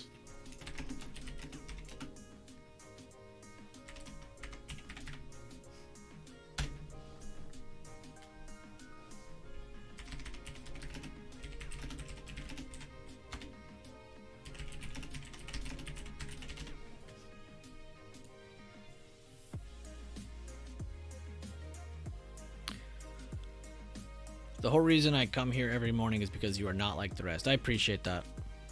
Authenticity always wins. Unsolicited advice is usually the worst. Literally the worst. Big Bueller, talk your talk, boy. That shit gets on my nerves. I'm very passionate about maintaining the maturity of everybody in here. You know, anybody can sit here and go, "Oh, I'm up 10%, post your gains, blah blah blah." Shut up. Who cares?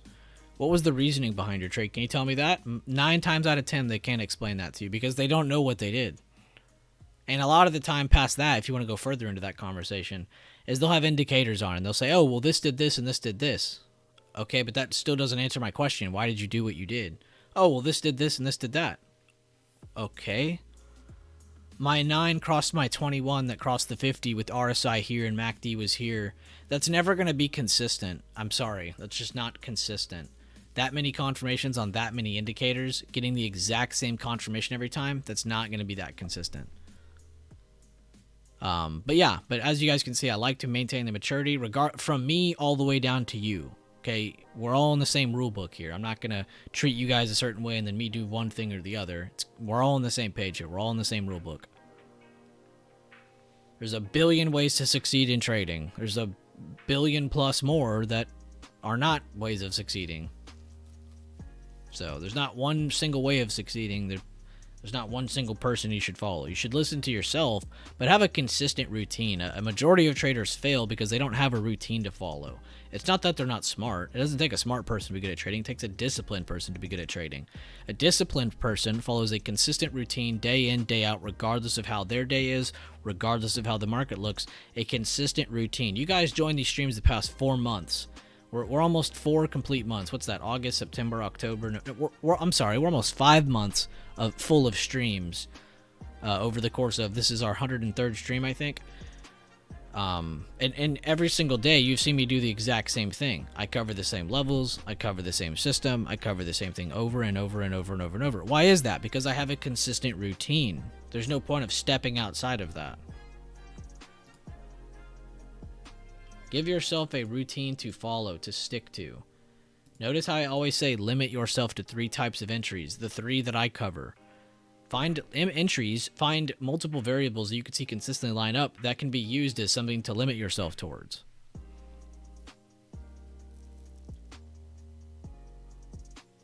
For me, most other traders that charge are entertaining but not great traders. I think they rely more on their subscriber money than from their trade. And that's probably right. For the most part, you're probably right.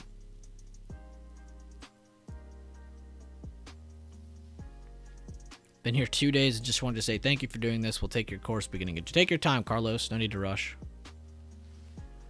But I appreciate that.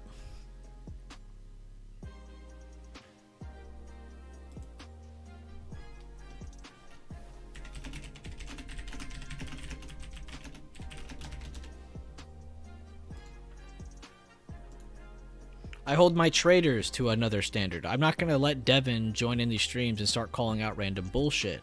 He's going to join in here and he's going to call out exactly what he's used to calling out. Because that's the consistent routine we follow. We hold ourselves to a higher standard. We're not going to sit here and go, oh, I'm up 50%, 60%. If I wanted to gloat, I could just show Devin's gains every single day and y'all would just be impressed and that would be it. That'd be the end of that story. But we don't do that. I don't show the thousands Devin makes behind the scenes. Because there's no point. It doesn't teach you anything.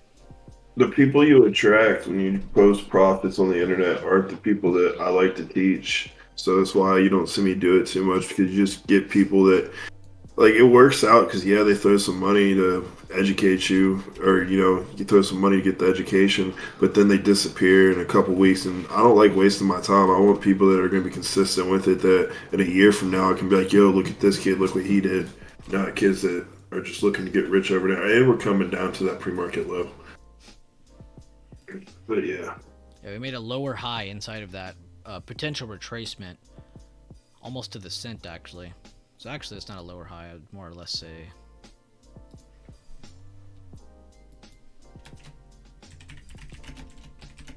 Double top. And you would think showing other people that don't trade, or people just out and about, or people you went to high school with, you think showing them how to make money on the stock market would get them enticed, but most of the time they just kind of turn their nose at it, so it doesn't do no good. We're coming down quick towards that previous wick at 380.60.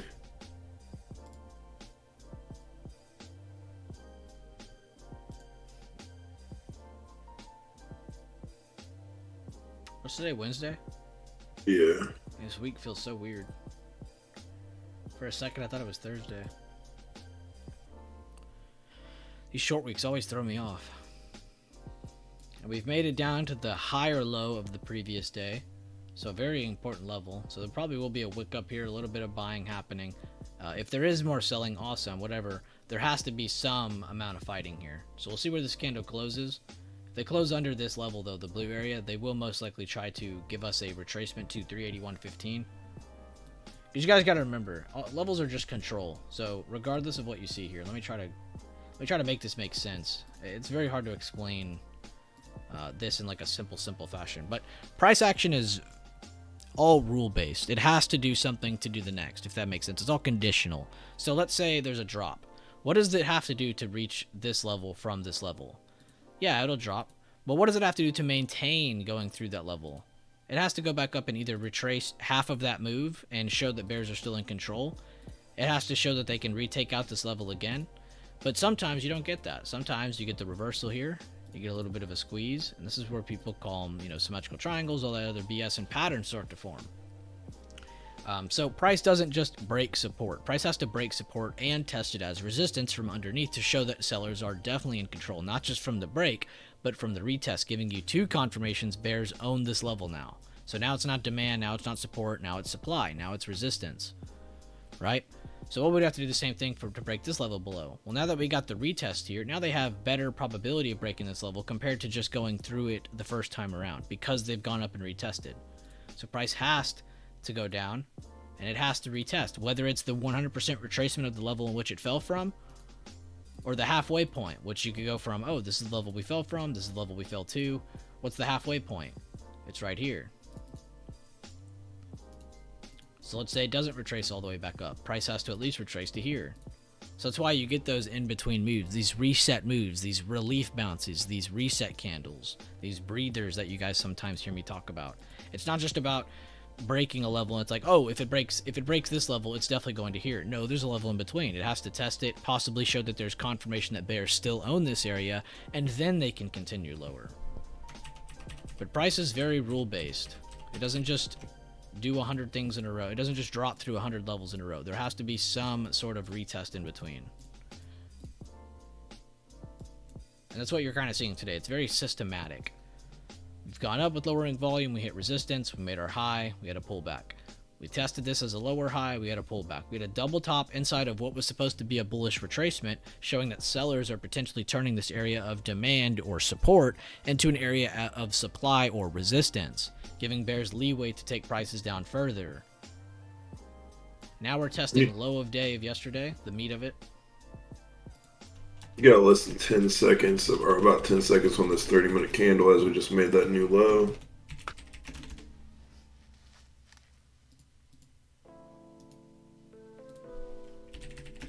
Microsoft finally coming back down, almost back at that pre-market high. Apple's at pre-market low.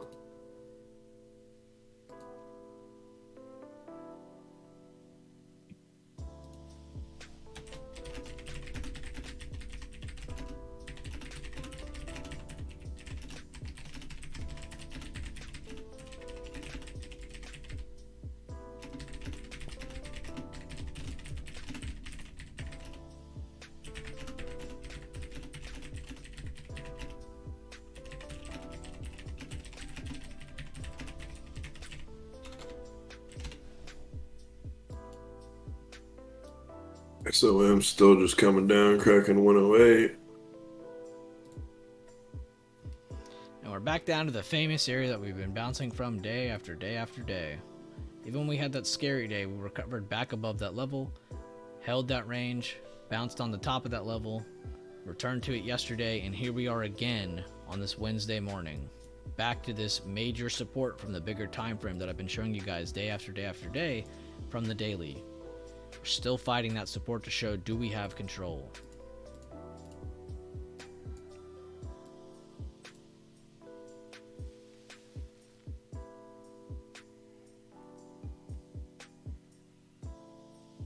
If you tell someone from high school to say it's gambling, yeah. It's a good thing I don't know anyone from high school anymore. So I know how your levels are set. So is it just candlestick and volume that gives you confirmation which way to trade? Yes, King Cabino. You can also watch Workshop 11. It'll give you good insight on everything we do here. Noxta. I'm totally fine with Devin interrupting me if I am rambling, because I know what Devin is saying is worthy of a call out. I know he's not interrupting me to be rude. I know he's doing it to be... He's doing what I asked him to do. So I'm not going to get on to Devin. Devin knows I appreciate his call outs, regardless of me talking or not. Me and Devin are pretty tight. I don't got to worry about all that salty small talk shit. Thank you for the consistent teaching, Josh. It is appreciated. So many moving pieces that keep falling off the plate that you keep putting back up for newer traders. I appreciate that. Awesome little metaphor you got going there. One high school friend trades with you too. Pretty neat. That is pretty cool. I still only talked to about 2 to 3 people from my school. One of them actually is a huge investor. Woke up later than I had planned, but I'm holidays, so screw it. Hey, man. Get some rest time, Jack. Definitely can't complain about that. Out of Tesla 111 as it's holding. Were you short, Mel? I'm going to assume you were short.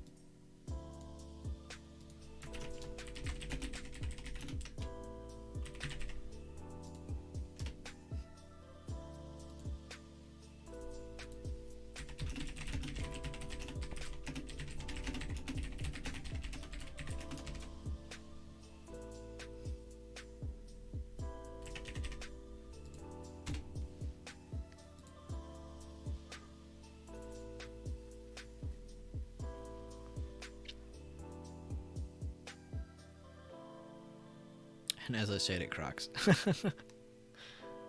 That's not a bad break. It's also going down to test today's open, a very strong pivot point. So watch 110.30s. That'll be a good break below as well if you were too late on that other level. Which again, don't beat yourself up on.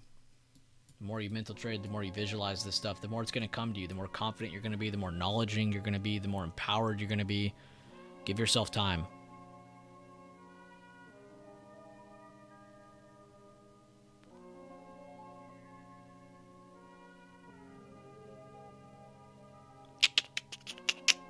Out at today's open. That's my boy, Kai. I didn't have to say it, guys. You all saw it there right in front of you. Quick scalp he took straight to today's open because he knows how strong that level is. We have seen the current day open, the previous day open, the previous day close, all act as a very, very, very, very, very, very, very strong pivot point. You saying you don't like to brag about gains and prefer teaching and letting people know what you were thinking lets me know I'm in the right stream/community. Thank you, Lieutenant Tor, or El Tor. Lieutenant Dan. Lieutenant Dan. AMC was a big catalyst in introducing people to trading. Some stuck around. So I would say most left, not even just some. That AMC crowd has came and gone. They pop up every now and then, though. They're still very alive. I had to cut off my phone dialer to listen to Bueller Price Action Lesson 101. think You guys are too much. Dogecoin was worse than AMC because there were so many people that like I seen and knew that put a little bit of money in Dogecoin, like $2,000 or $3,000, and it went up to like $30,000, $40,000, more money than they make in a year. And I told them, sell, you gotta sell that, you better sell that. And they just hold it till it goes all the way And back to that. they think you're being jealous too. Like they're like, oh, he just wants me to sell because he doesn't want to see me continue making these gains. Like, no, we're telling you to sell because it shouldn't be doing this. Like. You don't understand what this is not normal. This is not supposed to do this. Like I would not. Yeah, if it was my yeah, it's a pretty good friend. Yeah, that I was trying. It was like a 40-minute car ride. I was like, man, telling him all the reasons why he would sell. He didn't sell, and he ended up being down money on it. My trades, I just hide them, LW, because I'm not trying to sit here and give you exact entry and exit. You should take it on your own accord. I like to slowly push you passively into your own trades. That's why I give the reasoning. We cover everything before the market opens. But I do that, then you're going to stop paying attention to what I'm saying. You're just going to start focusing on when I actually enter and exit. And trust me, we've done this. But that answers your question. Got a nice 35% on Tesla drop to today's open. Noxta, I cannot wait to see your trade review, brother. I always love seeing your name pop up in the trade review section now because you have been continuously showing that you're not here to play around.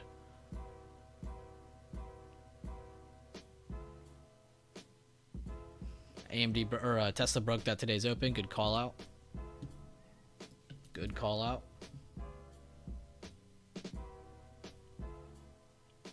Yeah, take your time, Noxta. I saw you say your gains and I was kind of excited because I always love seeing y'all's trades.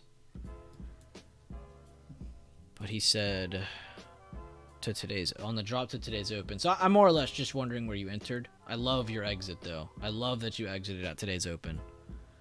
Which makes me think like, okay, he was in on a good retest. So you were either entering on this drop or you entered after the fail of the retake.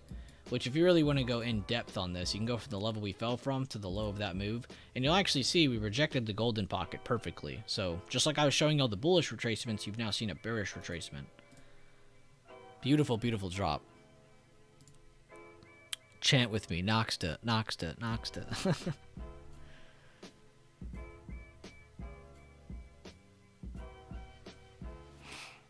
One-man army at this point. Heard that, man. That's how a lot of people in here are. You know, there's very few of us that have multiple friends that have stuck with us for a long time through the markets or through our own investments or just through our own thinking, you know, through our own thinking on different, you know, stocks or whatever.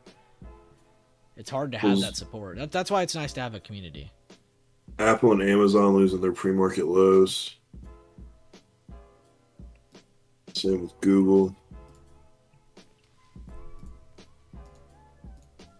Jazz loves kicks. Entered at 382.27 for puts and exit at 380.63 due to strong demand area. Beautiful job, Jazz loves kicks. Let's see. Entry for puts. Oh, nice. They drew a little trend line. Gave themselves some extra confirmation. Broke down. Exited after it broke today's open and hit today's low. Beautiful job, Jazz loves kicks. That's 2 trade reviews for me today, right? Yep. 2 different trades on the same chart. Beautiful, beautiful job, Jazz loves kicks.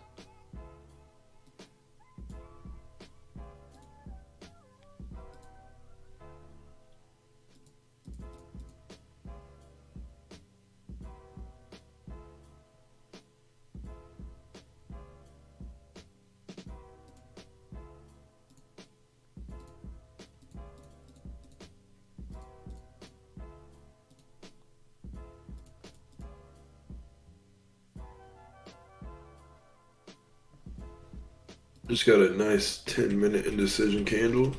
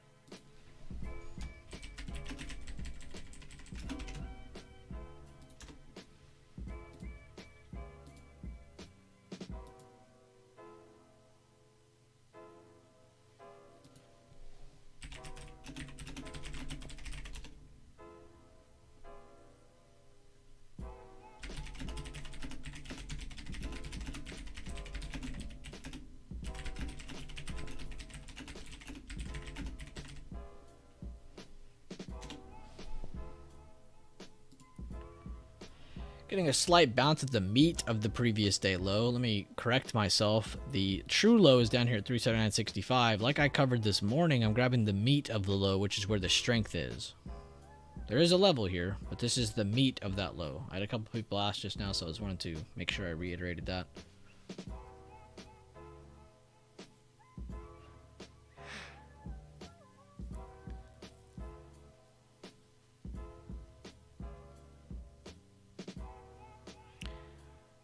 Yeah, Kai, don't beat yourself up on shoulda, coulda, woulda. That was a scalp. You did fine.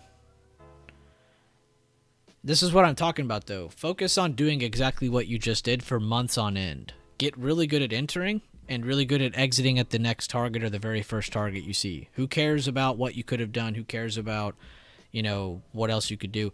Over time, you'll start to push yourself to reach those further targets. So let's say you had 5 contracts. Sell 3 or even 4 at your first target and try to get that last one to the next target. But don't start on that yet. Focus on getting to the first target over and over and over. Do this for a long period of time.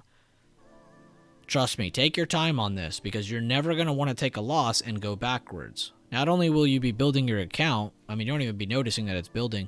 You'll be more focused on just taking your trades as the first target, growing your account. You don't even realize. So keep focusing on that. But trust me, you did the perfect thing, Kai. Who cares that it went a little bit more? We're trying to push ourselves to get to that point. Over time, though, no need to force it. You can mental trade that second half of that trade. You know what I mean? Get to that first target, sell your contracts, maybe keep that one contract and be like, all right, if I did have 10 contracts, I would sell X amount here, move my stop loss to here, and you know what I mean? Like, where would you move your stop loss to after you take profits? Because you know, once you're in the green, you shouldn't let it go back red. So we got to keep moving our stop loss up. So you know, paper trade those adjustments as you would in a real trade and watch it play out live. Like, oh, would have got stopped out right here, would have gave back half, and only got out the rest of the contracts at 10%, and write all that down.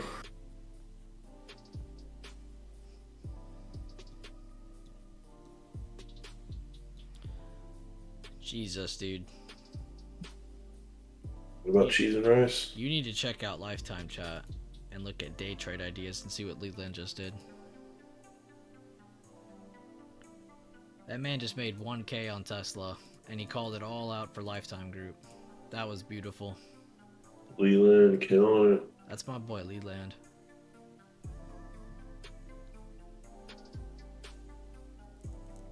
Yo, good stuff, Rambo. Have a great rest of your day, man. Very happy for your big gains, but also your consistency.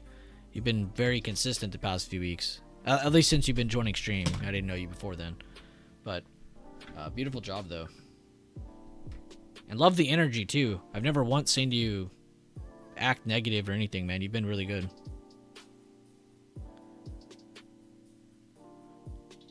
I don't know, Noxta. He's supposed to be on break, and he's not. He's been kicking the market's ass the last 2 days.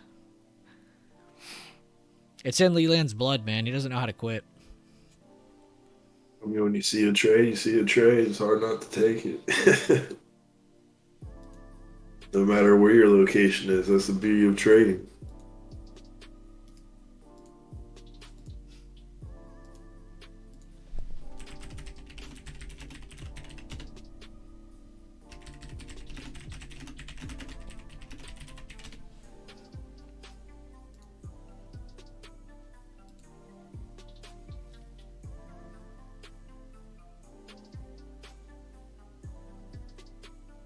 All you need is an iPhone.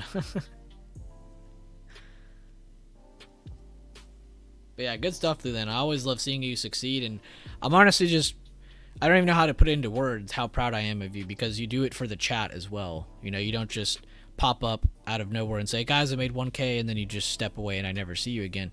You post before the trade happens, you post during the trade, and then you post after the trade. You really do give that full step process exactly how I like to see it, man. And that honestly means so much to me. And to the members of the group. You know, everybody will remember you forever for that. They won't remember you as the guy who just posts gains. You'll be the guy who posts gains but also leads people to these gains. You're a leader, man. Beautiful, beautiful job. And he never asked for credit. He never asked for the pat on the back. He never overhype. I've never even seen him hype himself. I have to hype him. And that's exactly what I want to see. A humble leader who just wants to win and have everyone grow. That's what we're working on. And Daffy, don't let me forget, I need to watch your video at the end of today's stream. I do that sometimes, Sack Lunch. Sometimes I do it on my computer, sometimes I do it on my phone. I think Leland might be straight on the beach on his cell phone. Oh yeah, Leland's entirely on his phone right now. He doesn't even have a computer near him. Yeah. I think the thing he posted was a phone chart, actually. Let's look. I'll show everybody on stream. Lifetime section. Day trade ideas. Yeah, he's on his phone. That's a phone chart. Tesla possible 80% retest entry. He even gave both names for it. Instead of just typing one or the other, he typed both. Super easy to read. He likes that it had base build. He liked that it came back up, rejected 113, and that was where he was looking for entry. Trimmed at 7%, trimmed more at 22%, and got all out at a 41.5% gain. Beautiful, beautiful job by Leland. But yeah, phone chart. You just gotta know what you're doing. Plus, and people look at those gains and they're like, oh my god, I could be doing that in a week. No, you couldn't. No, you couldn't. Don't ever put that in your mind. It is not something that easy. It takes time to get to that point.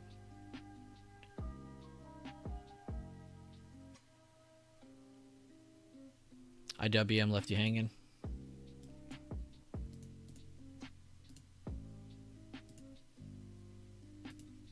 Pretty good short right there from the meet and the low of yesterday.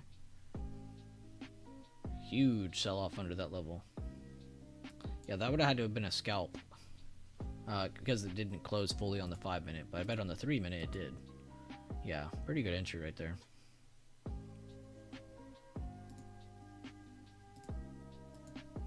Even the 1-minute had it tank through it like that. That's crazy.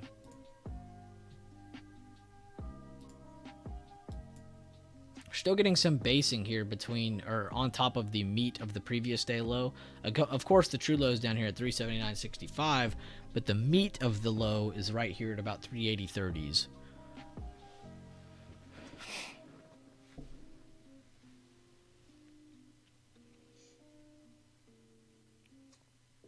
I can't trade on my phone. And hi, everyone. Hey, what's up, Tobias? Always happy to see your name pop up, man.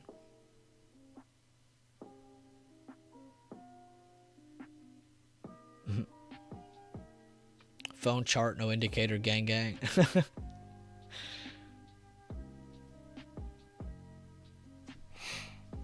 I've been around for about 5 years, probably a little over 5 years now, Carlos, but options I've only been around for about 3 years. I was into dividends and all kinds of cool compound interest before I ever realized options were a thing. Plus, they're a lot scarier, so it's something you want to take time in getting into, not just jumping into it instantly. So as you can tell, I'm still a baby. 3 to 5 years is very, very, very amateur amount of years. That's why you'll never see me say I'm a pro. I've been doing this for a long. I'm a there is no such thing as a professional options trader. And don't let anybody tell you otherwise. I don't care what you hear. But yeah, I'm a baby still. Devin's a baby still. A lot of you guys are babies still. Baby Bueller. Dennis, one of the pre-market prep that I watch most days, he's been trading for almost 30 years, and he still says all the time that he's still learning every day. So it never stops. You know what I mean?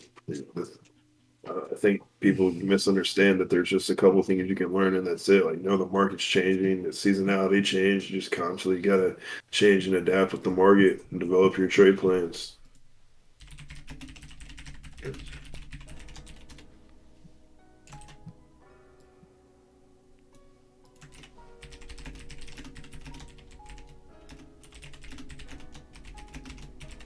Pivot candles opening under that previous wick. See if it comes and takes down this intraday low.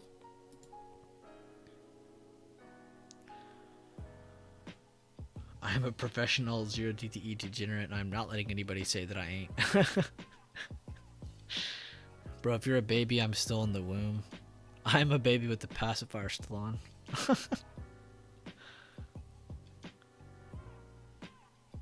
Exactly. It's not the age, it's the amount of study and knowledge acquired in those years. Preach, Mike. How did you end up getting into stocks? Well, I hated my job. Life sucked, and I really like numbers, so that's how I got into stocks. I really like the fact that you could compound interest. Seriously, look it up. That is seriously one of the most addicting things to read about. If you're a guy who loves numbers, or a guy or girl that loves numbers, compound interest is incredible. You could throw a snowball down a snow hill, and it's just going to keep compounding more and more snow. By the time it gets to the bottom of that hill, it's a huge barrel. A huge boulder barrel. The hell am I talking about? No, I did not go to college. I barely have a GED. Big snowballs. Compound interest is the eighth wonder of the world. He who understands it earns it. He who doesn't pays it. Facts.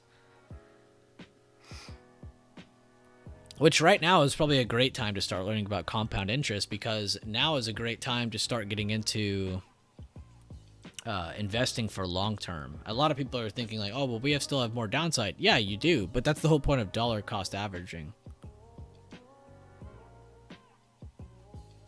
How long ago did I leave that job? That's a good question. I think somebody asked me that the other day and I couldn't remember. Oh, well, probably like that whole part of my life is like grayed out. Like I don't remember a lot of the years and times I of was that. I was still living in Dayton at the time.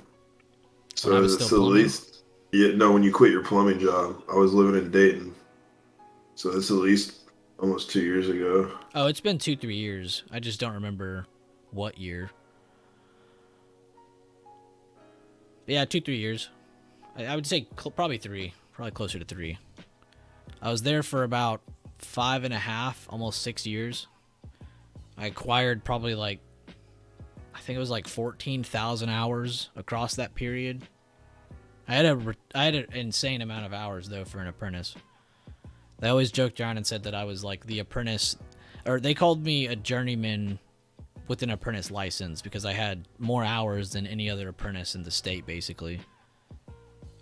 You're not supposed to get that far, but I didn't have intentions of being there long term, and I was kind of a do-it-all kind of worker, so I didn't just do residential, I didn't just do commercial, I did literally anything you could think of. We worked on boiler rooms, hospitals, airports. I mean, I did it all. Apartments, those stupid condos where they build one style building and they combine like 6 of them together, which are just like apartments. Those suck because they just shove the pipes through the walls, and it was horrible. But it was an amazing life lesson because now I'll never forget that stuff. And it was a lot of hard work. It really put me in my place because I was kind of a little shit. But it put me in my place. And I would definitely say the stock market has put me in my place.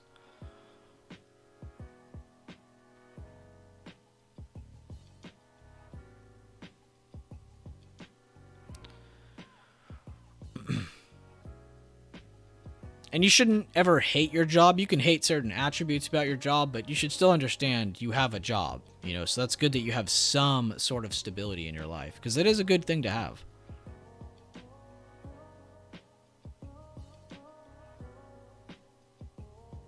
But enough of patting me on the back. Let's get back to the stock market. So we're breaking the meat of yesterday's low. So we're most likely going to go test that 379.65. If you go back out to that bigger time frame chart, which we all charted together, we're currently breaking the top of that zone.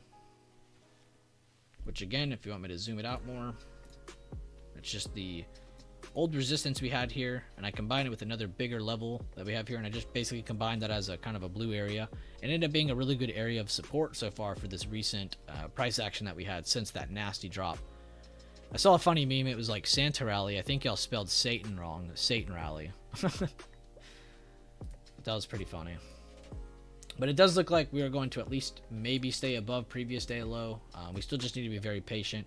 So far, though, I would say a lot of the easier plays have already happened. This was probably the first one when we rallied into the resistance with lowering volume. Let me raise this up a little bit. With lowering volume over 4 candles. At the end of this candle, we were potentially saying this is a great spot for puts. If you want to enter this, keep a stop loss at either the true high of day.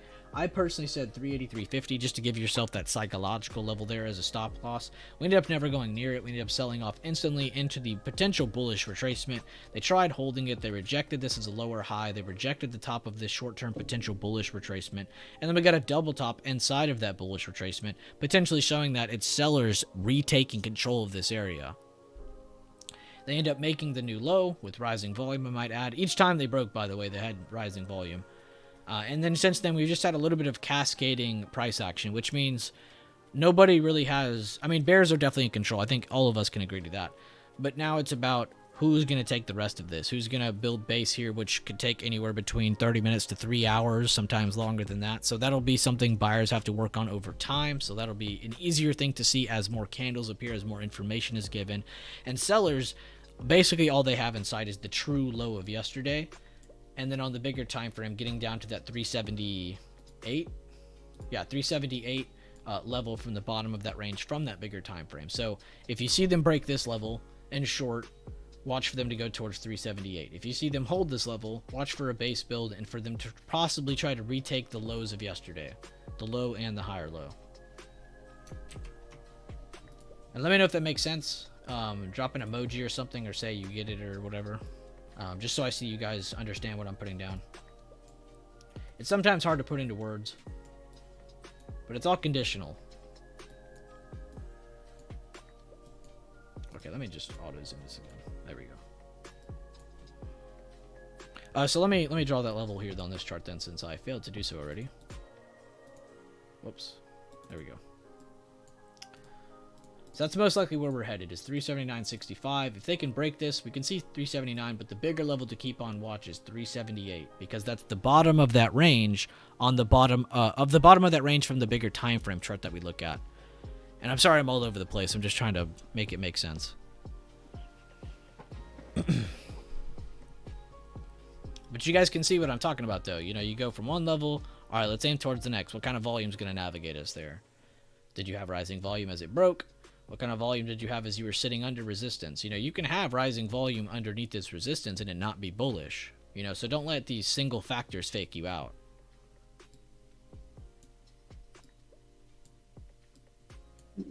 We are testing the bottom of that wick with increasing volume on the 10-minute, and we broke through.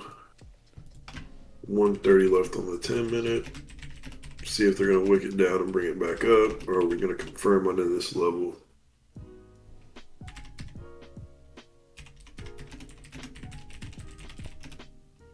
Microsoft, one of the stronger ones this morning, finally breaking down towards that opening price.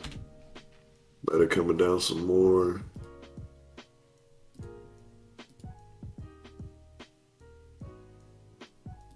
Oh, good job, Mel. Thank you for posting your trade review, man. I've been very excited to see when you start posting some in there. I saw you post a few the other day, and you have some more in here again. Beautiful job, Mel. Thank you for posting that up. Leading by example. Continue to post y'all's trade reviews. Post your mental trades. Post your paper trades. Post your real trades. I don't care what they are, but post your reasoning. This is the meat of what everyone in here wants to read and learn from, pick up on. Because we're all trading essentially the same system, but some people might see things a certain way. So it's just nice to get everyone's thinking. We're getting rising seller volume here. Very nice. 20 seconds left on the 10-minute. All right, quiz time. So as a kind of just situational thing, let's say we entered puts, you know, somewhere in this vicinity. As it broke below with rising volume, as it maintained under a good area. Let's say we entered puts here. Now let's not just think about the targets. We understand that 379.65 was the optimal target if this broke lower, right? What would be an optimal stop loss for this spot? Now think about our first trade. We talked about it up here and we said 383.40, 383.50 since it was a psych level. This was a good stop loss for this trade right here. What would be a good stop loss for if we took a trade right here? Somebody answer me that. Take your time. Don't rush into answering. Take your time.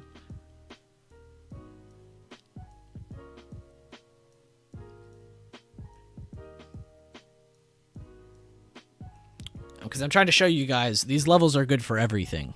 They're good for entry, they're good for exit, they're good for stop loss. They give you everything. It's just all about positioning. I see 2 people saying the 381s are today's open. I see somebody saying 380.37. That would be underneath, so that wouldn't be right. Puts next. My bad. I should have said puts. If we're shorting here, we grabbed a position here. Sorry, I went ahead thinking like, okay, no way they see this for calls. But let's say we entered puts here. What would be a good stop loss? Because it really wouldn't make sense to enter calls there. So, but I should have clarified. That's my bad.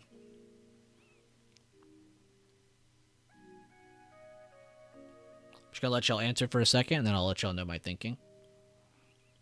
There has been a couple correct answers, though. I have seen a few of you type it.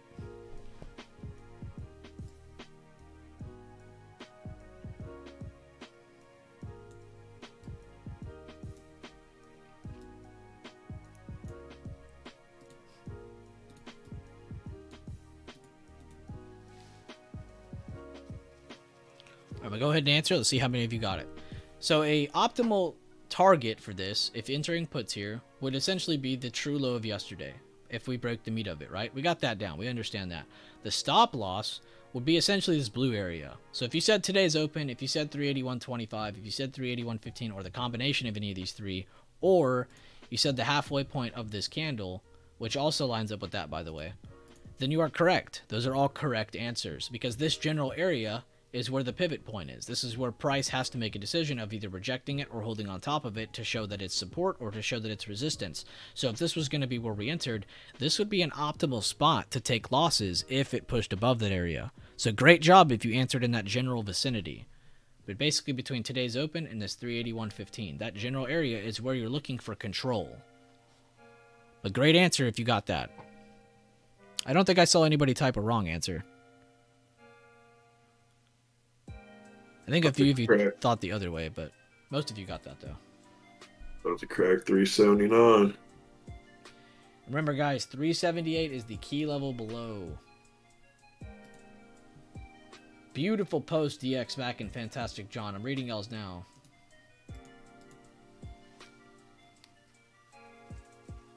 Man, Trade Results channel is on fire today.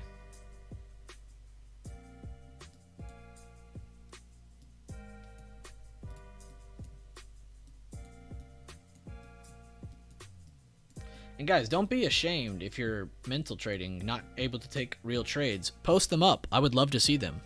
You are no different than someone who's taking real trades. Yes, that's in the Discord. Trade Results tab.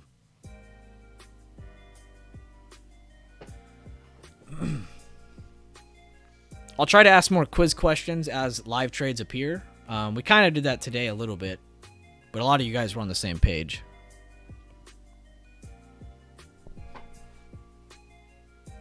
But great answers, guys. I'm really happy to see most of those answers correct. Damn, more trade reviews, guys. I can't even catch up. There's too many now. It's never too many. All right, let's go through these together. If I have to go through them, y'all are going through them. I stopped at that one. Let's do this one now. Okay, all his notes are on here. Seen Tesla under yesterday's open and volume dropped. Got out where the price held 111. Okay, so he got in here, ended up exiting down here as it started to try to hold above that today's open. Beautiful job, Mel. Good retest. It's a passive retest entry because it rejected, then it pulled down, and then you got that indecisive candle. Good job entering as it was as it was leaving that area. Good job on that. And then I love your exit too. You probably could have gotten more profits here on those candles. It was making that new low, but I like that you gave it a chance. So beautiful job on your exit.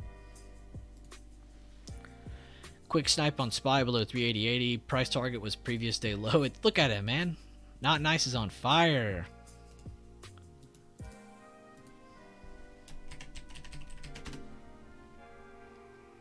And here we go. This is what I'm talking about, guys. Don't feel ashamed if you're posting a mental trade or a paper trade. I don't care, and none of you should. You should be encouraging people that are posting like this. Amazon mental trade. Beautiful job. Rejected 83. 0.50 3 times. SPY had already made a lower low and a lower high, so I was looking for Amazon to break a range low with volume to enter / look for a retest. I entered with volume candle breaking below the range pivot. Contracts at 0.70. Good job writing it down. My initial target was the next pivot low, but because SPY and Tesla, the same sector, were showing the same weakness ahead of Amazon, I held for the next target at 82.40. First trim was at 0.86, so we went from 0.70 to 0.86 at his first target, and then he fully exited at 0.94 as volume pushed down through that level. Seeing that he has probably the best chance of getting out, he got out. I did move my stop loss after the first trim to 0.75. Beautiful job moving it to where you never go back in the red again. Moving of my stop loss while in trades has been something I've been working on. Beautiful job, DX Mac. Let's look at this chart. So entered, kept a stop loss up there. Beautiful stop loss, by the way. Kept going down, broke that low. He took profits there, and then as it made the new low, he took final profits. And you can see it on the 2-minute and the 5-minute. 5 minutes very clean. You can see it's breaking that trend line upwards. He got in. Beautiful job too, not waiting for the candle close. Sometimes that can screw people. If you wait towards the end of the candle, you'll most of the time not be as screwed. So beautiful job having that patience and strength to be able to hold through it.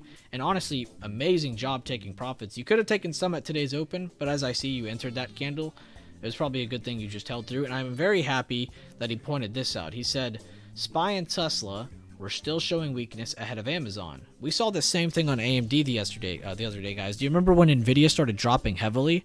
And then we were like, oh, guys, AMD's not moving. We have to get into some AMD shorts. And then it started dropping. That was us using the sector strike to figure out, okay, is AMD lagging or is it leading? And it was clearly lagging. Same thing just happened to Amazon on his mental trade. Beautiful, beautiful job, DX Mac. I'm very happy with that one. Entered SPY puts. Round of applause, by the way, for Mel, Not Nice, DX Mac, Jazz Loves, Leland, of course, Wag Trader, and Kai. Be sure to congratulate everybody. Let's get to the next one. Entered SPY puts as price rejected the pre-market high and current day open. Created a lower high and strong conviction with rising volume in a bearish engulfing candle on the 1-minute chart. So he's looking at multiple time frames too. Good job. Gave his plan. Stop loss was a close over the pre-market high. Price target was the golden pocket, the pre-market low, and the low of day. Beautiful job. Trimmed on the way down. Found as a trader, I will never catch the top or the bottom of any trade. That is the truest shit I've ever read.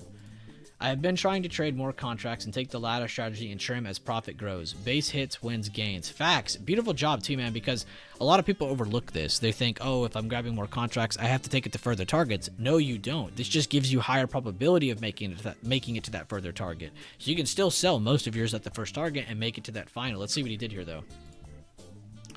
Entered 4 SPY 0 DTE options, 382 puts.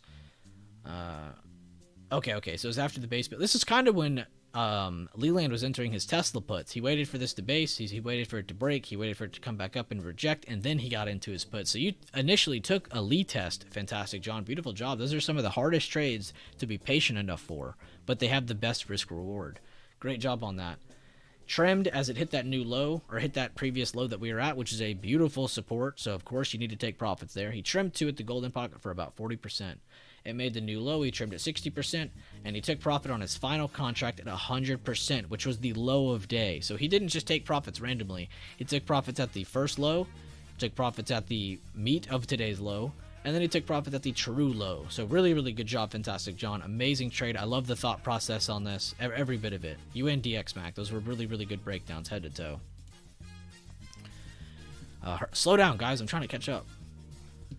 Tesla 5-minute, another short scalp, made a lower high and lowering buyer volume, plus it stayed below the 9 EMA, a great short-term indicator. Exited at 109.10, level that I had marked. Okay, so he liked that it kind of broke down. I like that he had enough patience too, because a lot of people seeing this would think, oh, I'm too late. Kai didn't think that. Kai said, you know what, it's going to do the same thing it did the past 2 times, except this time it's fully under the 9 EMA as another lower high. Beautiful job marking that, by the way. He gets in, he gets out as it makes that new low, giving him the full momentum of that move, which in turn helps out his contract a lot. The extrinsic value going through the roof on that. Done for today. Mentally trading now, going to protect gains. I love that idea. Beautiful, beautiful job. SPY yesterday, open and the high. Okay, so he entered some shorts. I remember him typing this in the YouTube chat. He entered some shorts very early on, a lot earlier than we got in. We got in about here somewhere. It looks like he got in as it was hitting that resistance. So really, really good positional awareness. Price reverses, and he's selling at low of day. Great job, Mel. Really good risk reward on that trade too, because you're basically buying at the top and trying to sell at the low of day. And look, he doesn't care that it went more because he took profit where he planned. Oh my god, y'all are still posting. Alright, hold up. I need some water.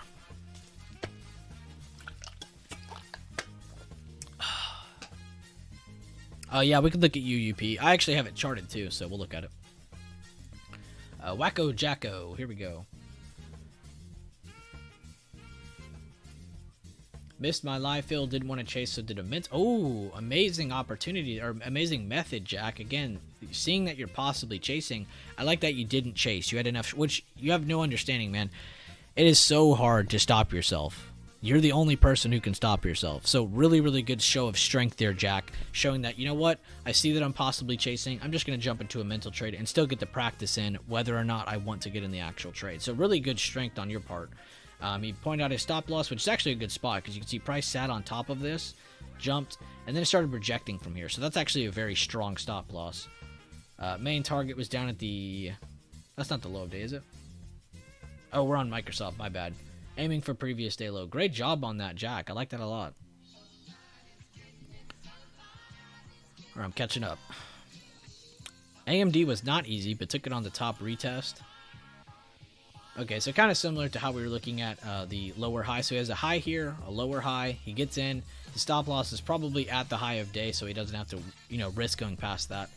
And then he takes profits pretty close to today's open. He didn't make it quite to today's open, but he got very, very close. Really good job on that, Mel. You're on fire this past few weeks. And finally, we're on to Noxus trades. Missed the entry on the lowering volume pullback and hold under pre-market high. Entered here off the lowering volume green candle pullback to another... Wow, another good sign of strength that we saw by Jack. Now we're seeing it by Noxta. Him seeing that he possibly missed him getting into his initial entry or where he wanted to enter at first. And he waited. Instead of just randomly chasing, he waited for price to drop. He waited for it to pull back up.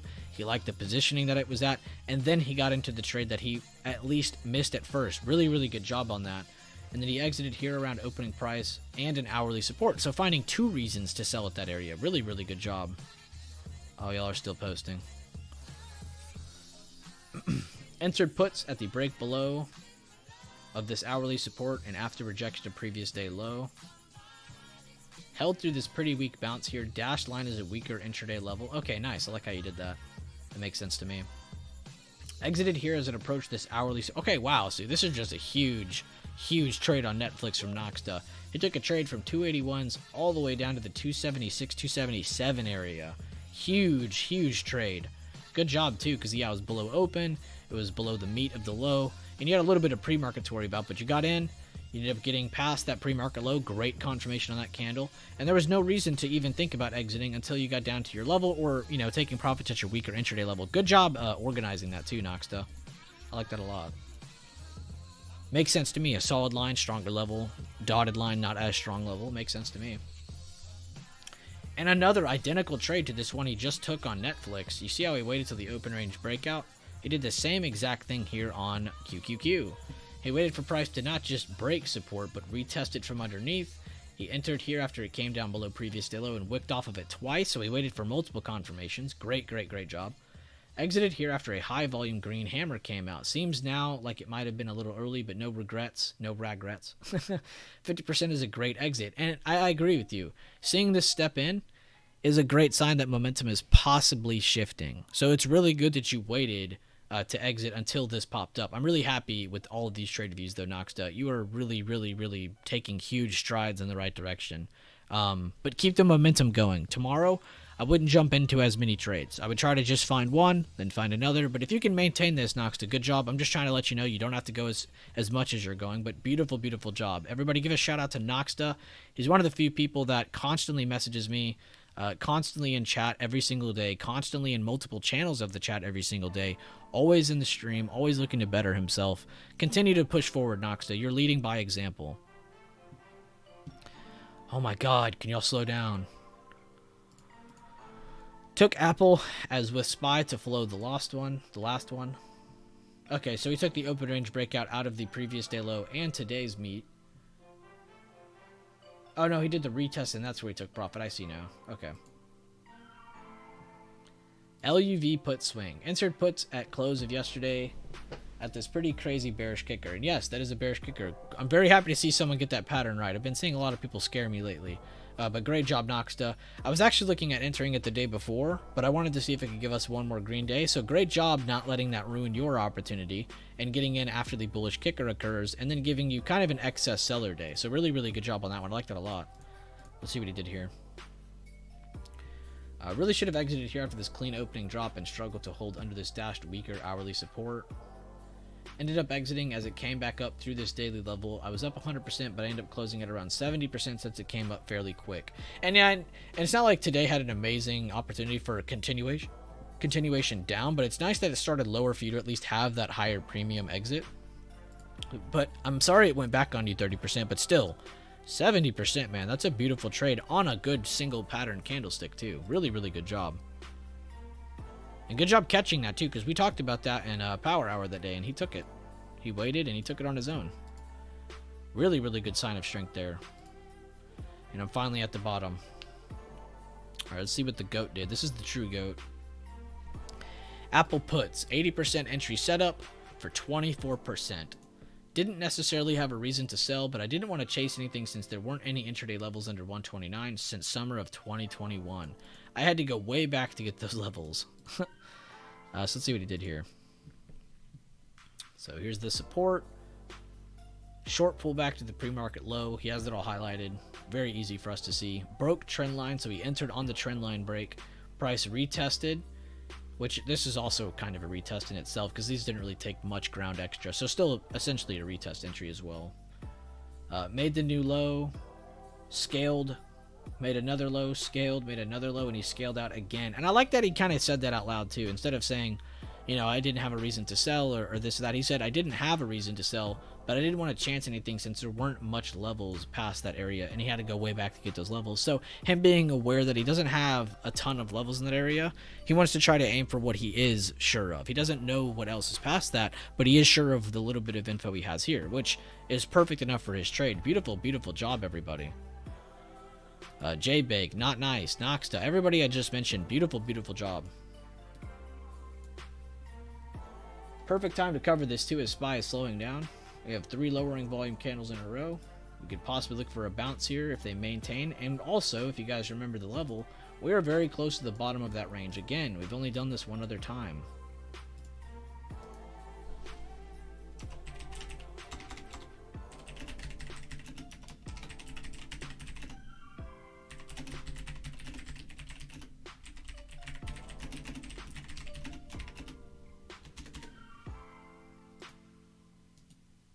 Ah, and the Jack following up on his target hitting. Good job, Jack.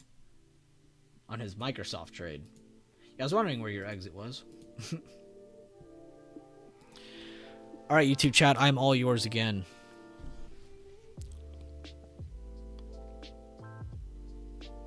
Work on it, Mel. Work on it. You're doing good with these base hits, and honestly, some of your base hits are still relatively large, so you're not doing bad.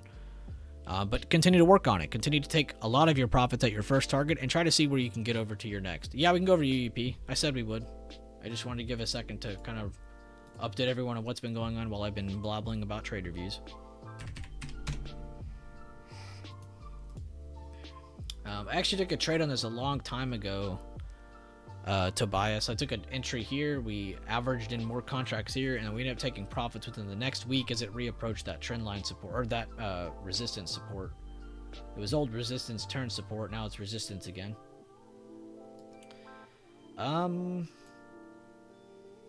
It's actually kind of approaching kind of what I did the first time a little bit.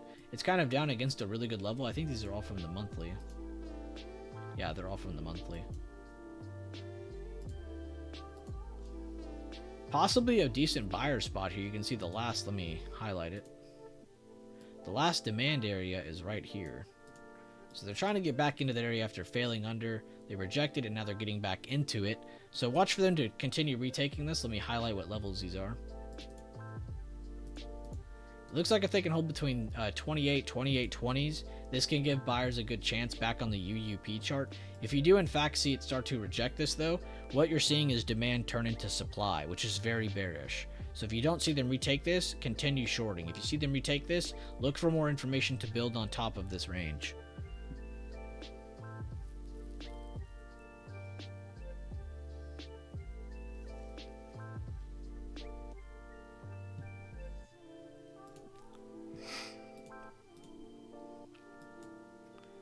And if you guys ever find yourself saying, wow, I should have done this, I should have done that, refer back to what Fantastic John said today on his trade review. You're never going to catch the top, you're never going to catch the bottom.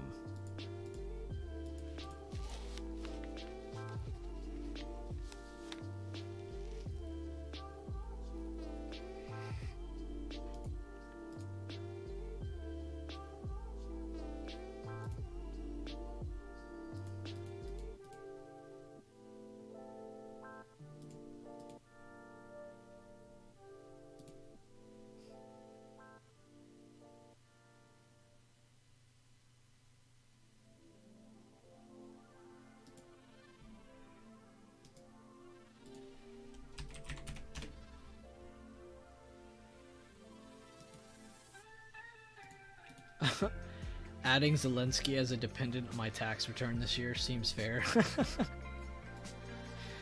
pretty good.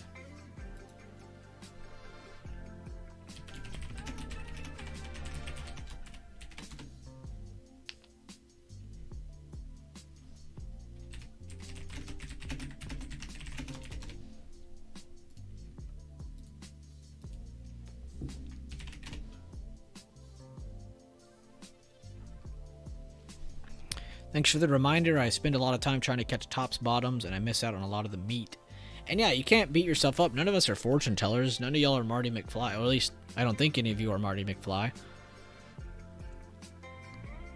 So we can't expect ourselves to ever catch the top or the bottom. You're never going to sell at the farthest target because you don't know it's possible. There's no way of knowing that. And that's why it's smart to have a set plan or set targets. Catch the meat of it. You're never going to catch the full thing.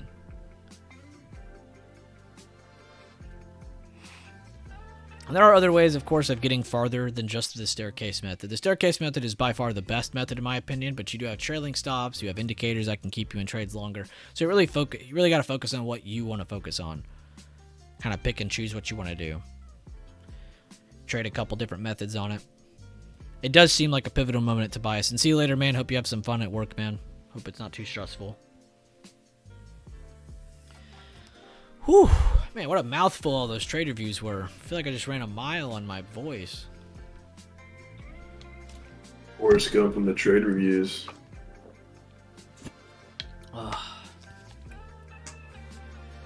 It was worth it, though. Those were some amazing trades. And honestly, and this is why I beg y'all to type some of your thought process. Because I saw it on JBakes, I saw it on Noxtas, I saw it on Jackos, I saw it on a few of them. But y'all gave your thought process. And it really kind of gave us an extra look into looking at what y'all are thinking during those moments. You know, y'all were aware. Y'all were more than aware. You were positionally aware. You were aware of the chart. You were aware of everything. You know, so it just really goes to show you guys are not blind. You guys see it all. It's just your emotions that we have to handle now, which all of us are dealing with that. You're always going to be dealing with your emotions. You have an emotional tie to these trades. Hell yeah, I showcased my members. You guys are badasses. I don't just look at y'all as members. Y'all are not just members in my eyes. Y'all are badasses in training. Exactly, maintaining like D-Touch said. We all make mistakes, but let's keep pushing forward. Today's one of those days where a lot of us are winning because we were ready. We were prepared. We've been working our asses off to be at this point. Give yourself a pat on the back. If you took a mental trade today, if you took a real trade today, it doesn't matter. Pat yourself on the back. Those are a lot of really, really good trade reviews today. You guys really put your all into it.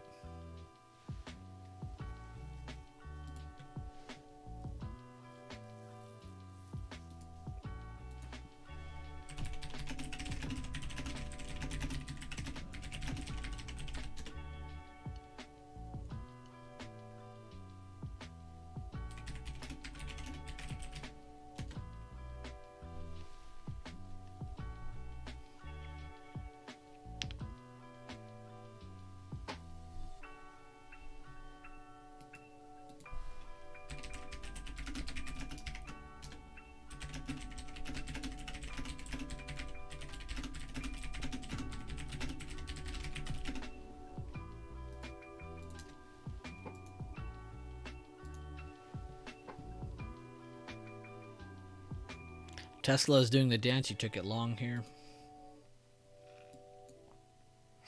It does have the low. It has a higher low, and it has volume on that candle, so it's not a bad entry. Key levels today's open, and you have the 111, which I'm actually on the wrong chart. I screwed up my own chart. I did not mean to go to that one and set the levels. I was supposed to set them on this one. High, low, close, low, pre-market low, pre-market high. And you can see they're actually trying to hold on to the previous day low, previous day close area for a base. They held it, pushed up, rejected 109.50, held it with a higher low, and now they're trying to get volume from there. So not a bad spot for longs on Tesla, especially with today's open right there at 110.35. Not bad spot, Mel, not a bad spot. Another thing to look out for is how long is it going to take for SPY to build more base, because so far we just have a low. So they're going to need to build up a little bit more, maybe make a double bottom or a higher low, and then we can look for better base build plays. Which, if you just want to lazily watch these, you could also just put on the 30 TEMA and the 9 EMA, and it'll give you kind of a combining view of just lagging indicators that give you good kind of turnaround look. You know, what can you look for this to build base? As soon as you see those EMAs go under the price, gives you better probability for upside movement with rising volume.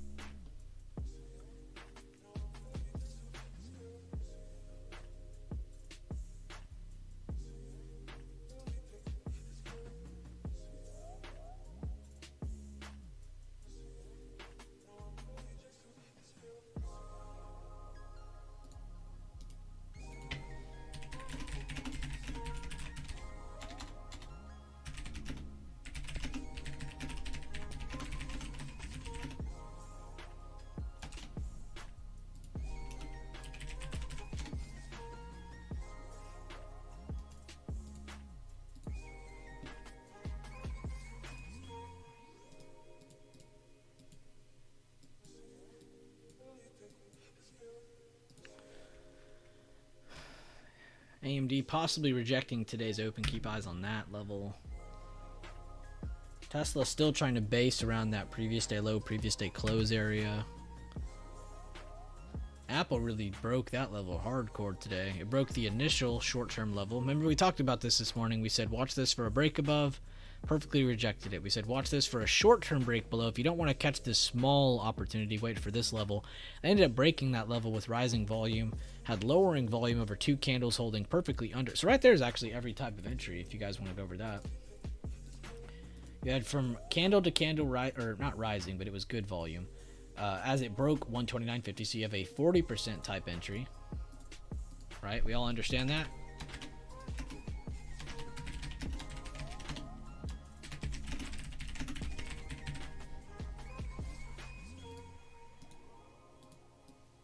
Alright, so we all understand that. What was this one, though? If that's the 40% entry, the open range breakout, what was this one? What do we call this? Does anybody know what we call this type of entry, or what we call that type of move? When price goes back up to the level in which it broke with lowering volume, what can that give us?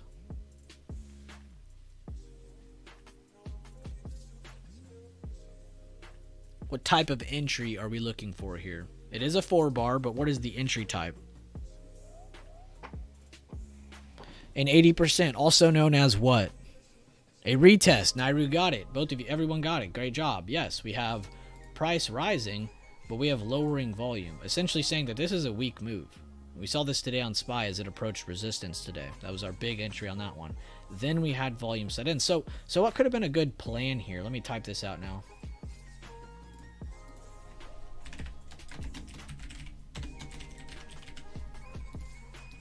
Good job if you answered that, by the way. What would be a good stop loss? Let's say we entered towards the top of this candle or as this candle was opening. Between these two candles, what would be a good stop loss for this potential entry? Let me open up the chart a little bit more so you see more of it.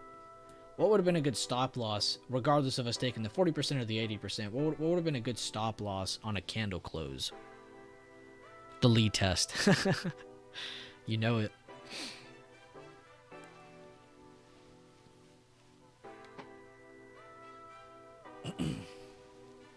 Think about the levels that are around right there for a second and then answer. But what would be a good stop loss at that spot? And let me open it up a little bit more.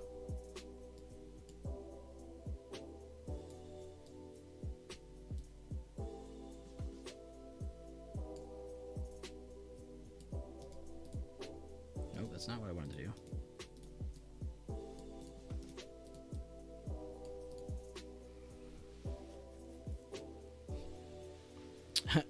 It's a good day, man, when it feels like time's flying, but it's not. It's a great day. It means we're getting a lot done. The lead test is real. I might be laughing, but it is definitely a real thing. Mike says the pre-market low. Sonia says the pre-market low. Gold Creation says 129.52, which is the pre-market low. Good call-outs. And those are correct answers. I'm not going to say those are wrong. I'm looking in the vicinity of the pre-market low, which is that level y'all all said, and then today's open. Between these two areas would be a general vicinity you could look at for stopping out of your trade in case it goes against you. Because today's open is a key level, and pre-market low is a key level.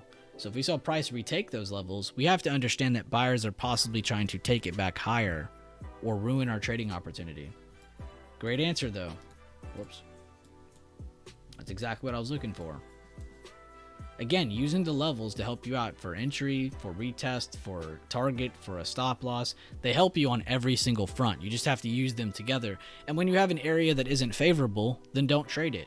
You know, if you were to say take calls above 130 to 130.50, is that really a favorable trade? No, because we're still inside of the range. So it's not really a favorable trade.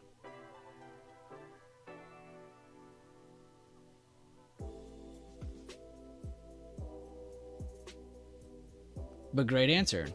That would have been a good initial trade. All right, move that now.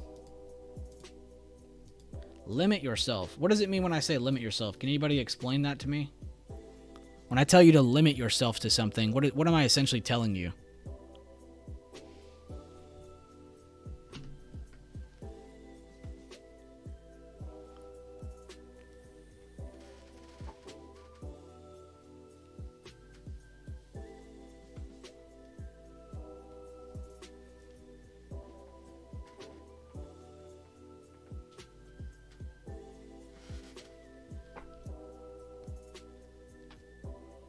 Be selective, exactly. Make high probability trades. Trade particular setups.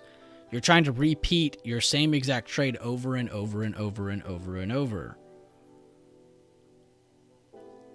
Limit yourself to those types of entries and you will have a consistent routine. Now you have levels, you have a way of navigating those levels, you have certain types of entries that have plans all around them, using the levels to help you for targets, stop losses, entry, exit, all that great stuff. Great answers, though. And hopefully people are picking up from this regardless of them answering or not. Wait for your spot, exactly. Limit yourself. If you're ever taking a trade that is not one of those entries, you're gambling. That's how you should see it.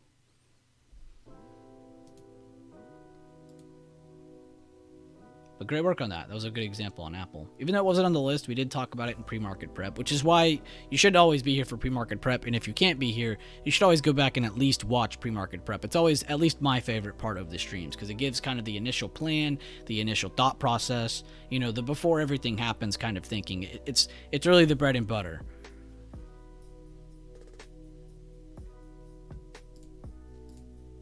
But great answers, though. Thank you guys for interacting and answering some of those questions. Trade results is still popping off.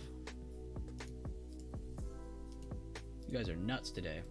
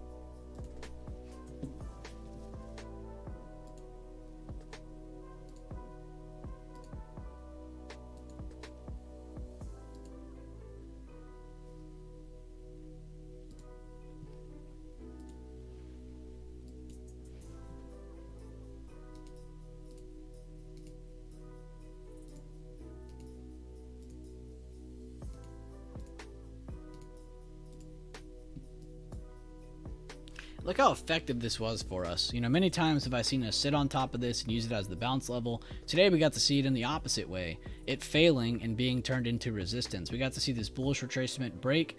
We got to see it reject inside of the range twice for a double top. And then we saw them break it low to the downside. So beautiful, beautiful transition of power on what was a bullish retracement turned into a bearish resistance.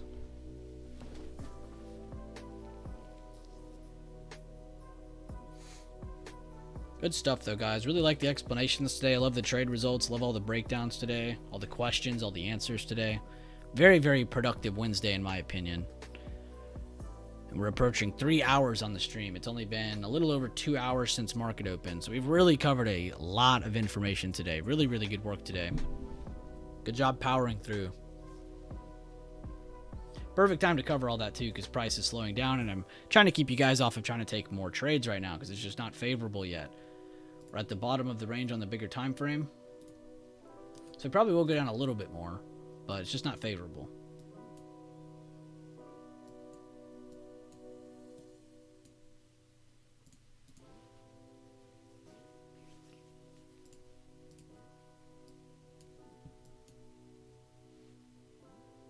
Very, very low volume on today so far. Only a quarter of the average volume.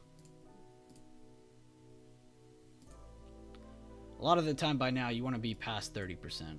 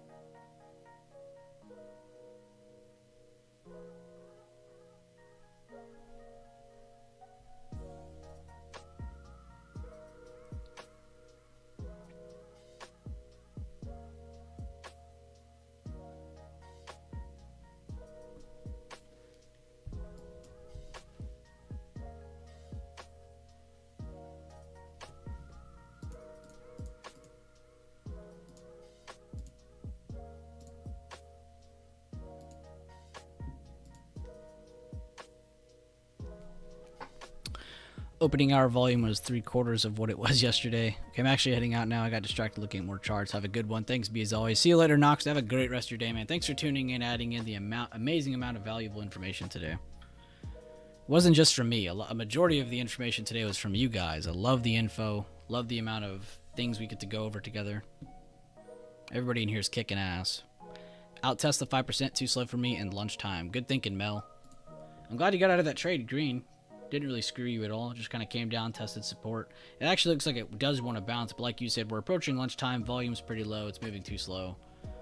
And this is what I was kind of referring to, is if we are building base here, it's going to take a while. So it's not going to be fun to hold through. It's where premiums get completely screwed.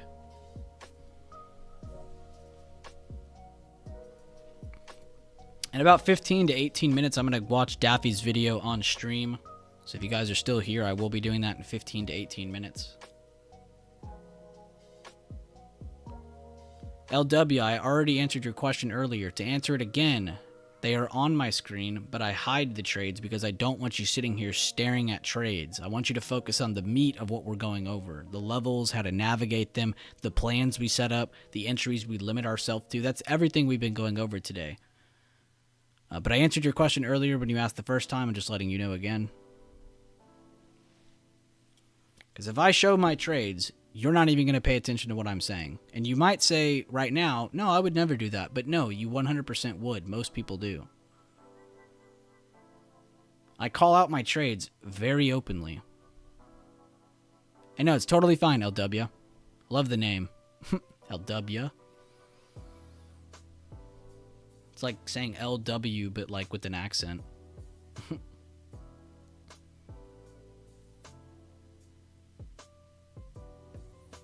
But trust me, we do everything but click the button for you. I think anybody in here can agree to that. Especially today. Today was very easy to picture out where we were wondering to enter puts, where everyone was looking at for targets, where everyone was looking at for re-entry. We made that very, very clear today.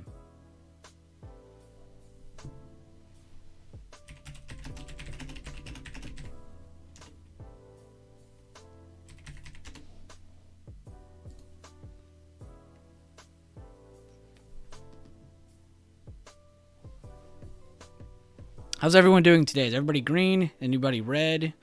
Did you guys review yet? How did your day feel regardless of it being red or green? Did you feel like you moved forward? Do you feel like you stepped backwards a little?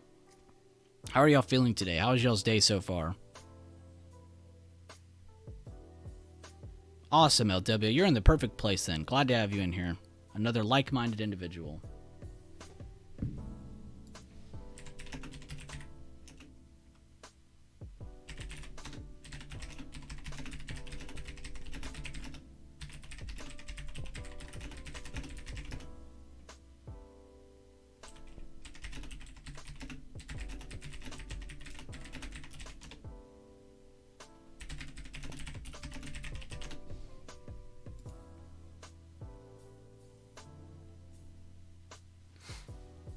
Crazy day, but still a green day. Nice to hear. Green on the day, but I def feel like my 2 trades were trash today. First day back from vacation. And hey, Isaiah, glad to have you back. Glad you're safe. And I'm glad to hear that from you because it just goes to show you can have a green day and it still not feel right. Which is good. Which is good to go back and review and remind yourself, okay, this is what maybe I could have worked on or this is what I could have done differently. You know, don't would have, could have yourself, but give yourself that thorough review. Thought process.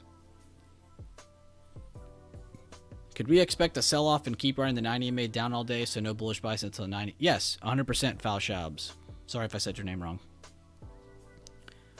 Having a great day, B. Not trading, work's a little busy, but I'm listening. That's good to hear, Green Candlestick. Even if you didn't get to trade today, still, you got to listen in, and you're busy at work. You can't beat yourself up.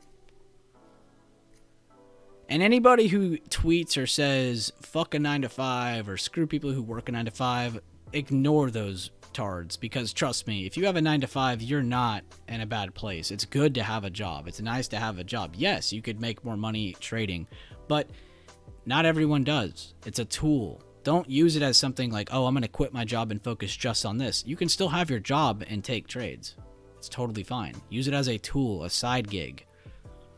So don't ever let anyone beat you up. I'm not saying that towards you, Green Candlestick. It's just I do see a lot of people say, you know, fuck a 9 to 5, you know, screw working all day, this and that. It's great to have a 9 to 5. Don't let anybody tell you otherwise. You're working even harder, maintaining a job and learning something else. More power to you. That's inspiring.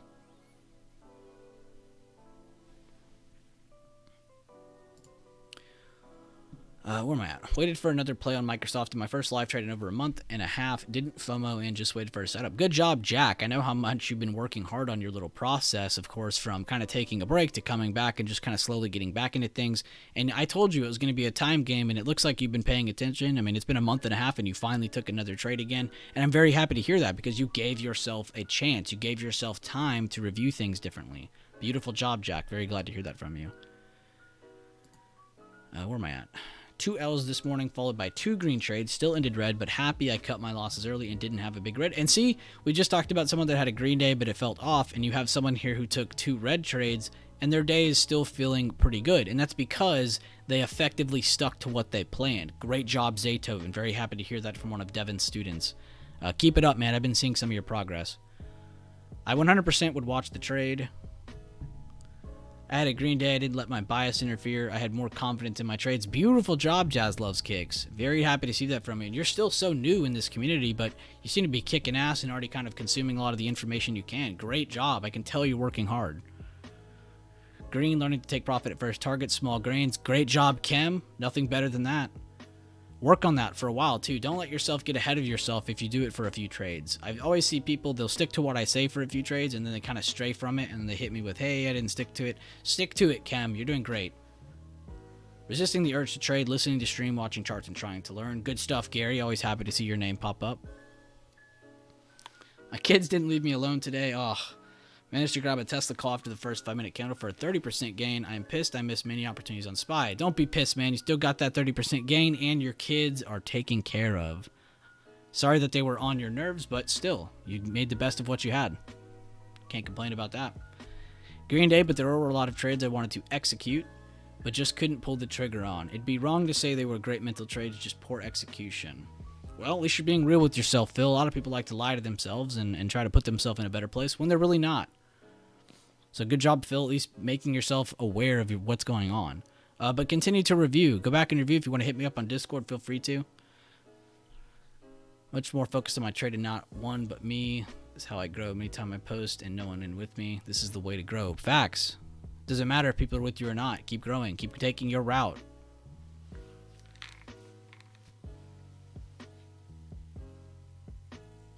Preach, Daffy. Preach. My job is not my identity. Good, good. Glad to hear. I wanted to make that point because I do see a lot of people who are popular on different social medias who say that kind of stuff, and I don't understand that kind of thinking. You know, just because they're not in that position at that current moment doesn't mean having a 9-to-5 sucks. Anybody who says that clearly has no idea what they're talking about, and they live in a fantasy world. Took a small loss on early morning calls to see if we broke 383. Sold at VWAP break, then entered puts, and still holding a few for the 378 or more. Good stuff, Assault Wall Street. Took one trade, lost 5, not upset about it. Broke down and honored the stop loss. Good job sticking to your plan, you got Servdio. Something that's very hard to do.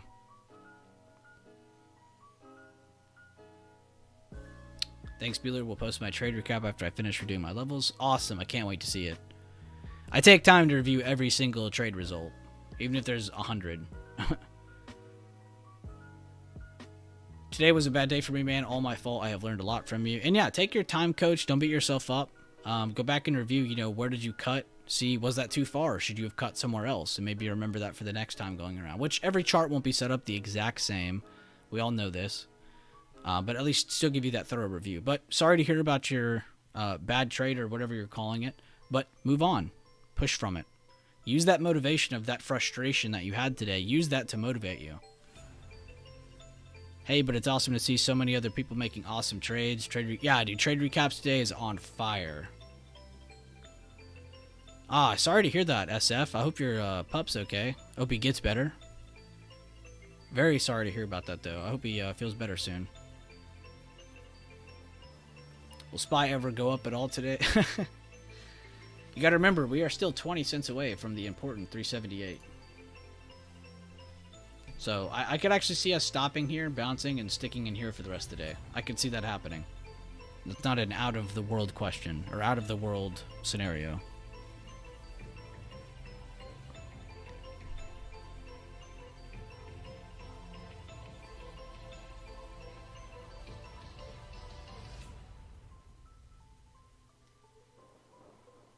But good stuff, though. I'm honestly, I say this every week, it feels like, which is good, but I really am seeing the maturity rise among everybody in here, from us as the speakers to you guys as the viewers, and also kind of adding in your information.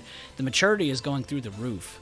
Not only are you guys being more mature with yourselves or with other people, but you're engaging, you're interacting, and you're positively reinforcing other people. Instead of saying, "Oh, I wish I did that. I wish I followed that." I see more people saying, "I'm very happy to see these people winning," or "I'm very happy to see these people who are working hard seeing the results that they're striving for."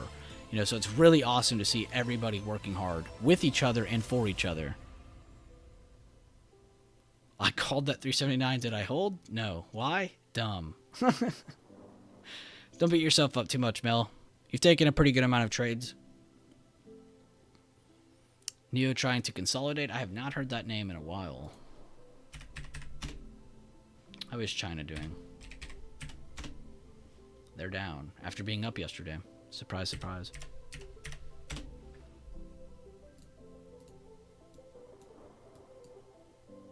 I bet a lot of people got trapped there too.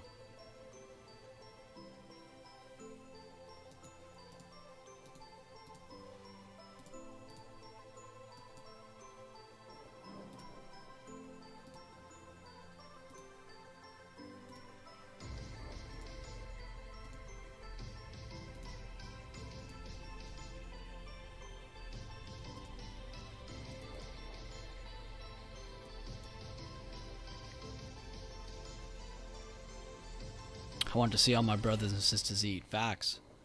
It looks like there is going to be some stream lag. If it does mess up too much, you can just leave and rejoin, or you can go back a few seconds. But I'm just going to push through. We're already over 3 hours through this stream.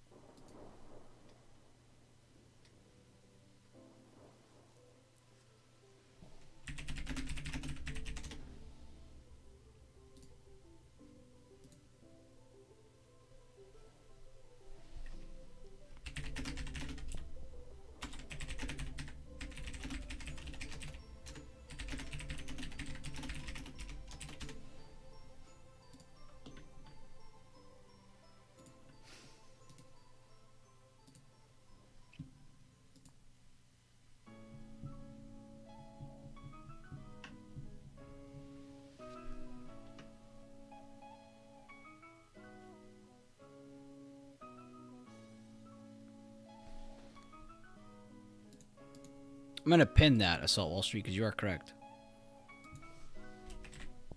Which a lot of people don't know that.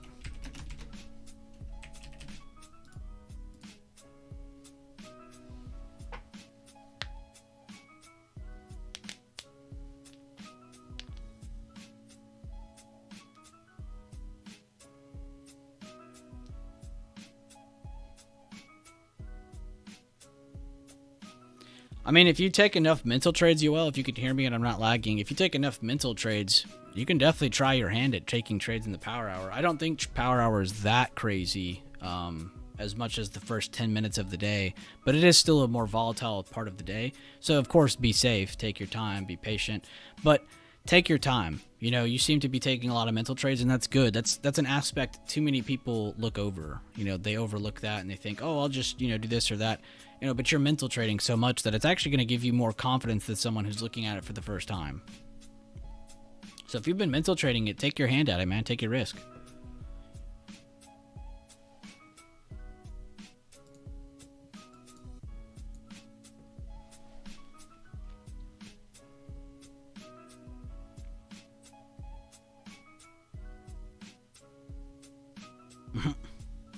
It's all about sticking to your plan too, because you're going to have trades that go against you, but if you have a stop, you shouldn't lose 50% of your position.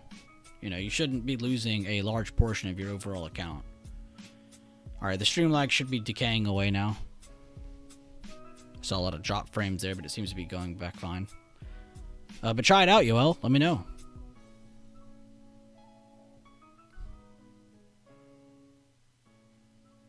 Yeah, Peter, it's out of the question. Apple 125.80 next key level than 125. Nvidia needs to break 137.80 for more room down to 130. Oh, beautiful, beautiful planning, Assault Wall Street. That's exactly how you need to be looking at things. It's all conditional. If this happens, that happens. If this happens, that happens. Great job reviewing Apple and Nvidia and giving us the next possible plan on both of those. Great, great work. But you guys should never be risking more than 10% on a single trade. You guys should never be losing 50% on a single trade. If you do, your stop loss is too far. If you do lose more than 10% of your account, then you're risking too much. These are just small numbers to kind of go off of. With Apple finally breaking below 130, that seems to be a huge indicator that we are in for a big fall. Yeah, big time. That's a big psychological level too. Bob looks to be reversing. EMAs are crossing upwards on the lower time frame. And yeah, that's why I was kind of looking at it for a second, because it looked like it was trying to base a little bit. I mean, it's already kind of based and moving now, but you have your low, double bottom. They create the higher low, and they got rising volume from that push. So it was technically bullish ever since this candle with the buy the dip strategy. You can also see the next candle came back down, and I promise you tons of people would cut. But why? It didn't even break any Fibonacci. It didn't break any of the retracement of that candle. So it actually held here and is launching from here, and it's been bullish since this area. But great eye, Falshabs. Again, sorry if I'm saying your name wrong.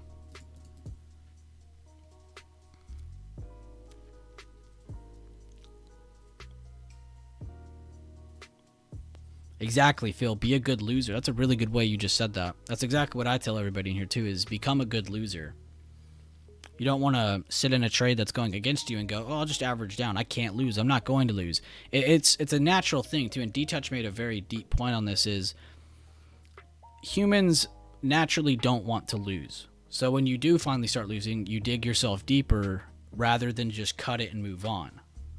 Which, you know, afterward seems like the easier thing to do, but it's not. When you're in the swing of things, it's not the easier thing to do.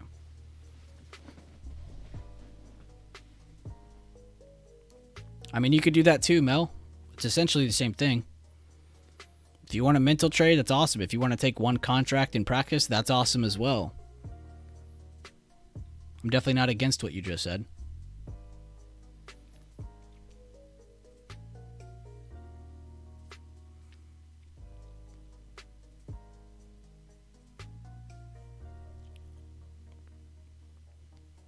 There are contracts out there that are under $100, Peter.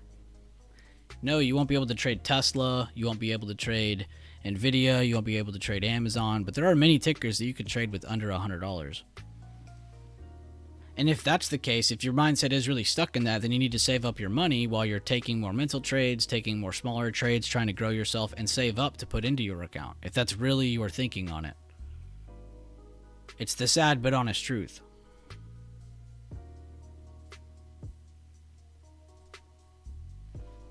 Everyone in the world's going to take profits here? Yeah, I would assume so as well. Good call out, too, on 378. We're at the bottom of that range now. And who's been paying attention? Who remembers the levels that are under this? From my bigger time frame chart, what two levels have I been repeatedly saying are under 378? What are the two levels that I use as a combining little area? What is under this area? Does anybody remember those two levels? Under 378, what are the two levels that I've been going over repeatedly?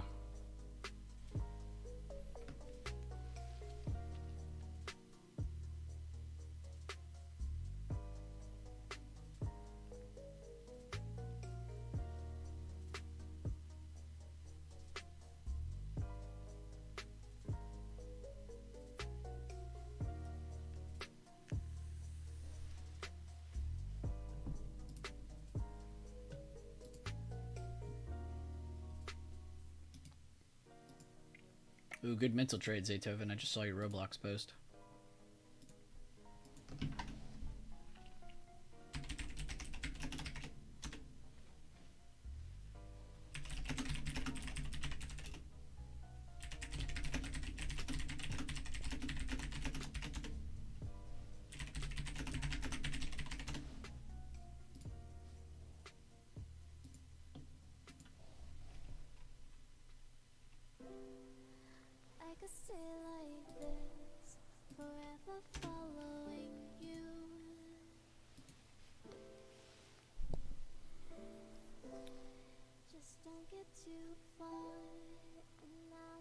You were close, JN. It looks like nobody remembers the two levels.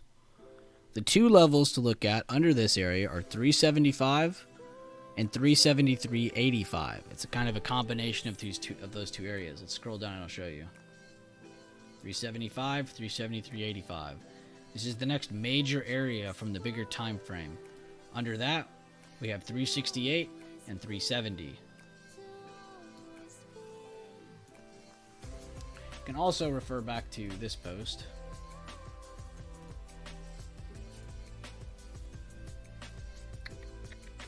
Right here, from my Monday post. That's right, I was like Sunday, but I forgot we didn't have Sunday today. It was Monday. But SPY info stands 378 to 380.50. That's the main area we're looking at. Like today, we're hitting the bottom of that. Under that, we have 375, 373.85. Under that, we have 370, 368, 365, 362, 360, 357. So we have a lot of areas to watch from past recent price action. Not even just far historical price action, but recent price action as well. I was talked about the upside, but it's kind of irrelevant now. For now. All from the same chart.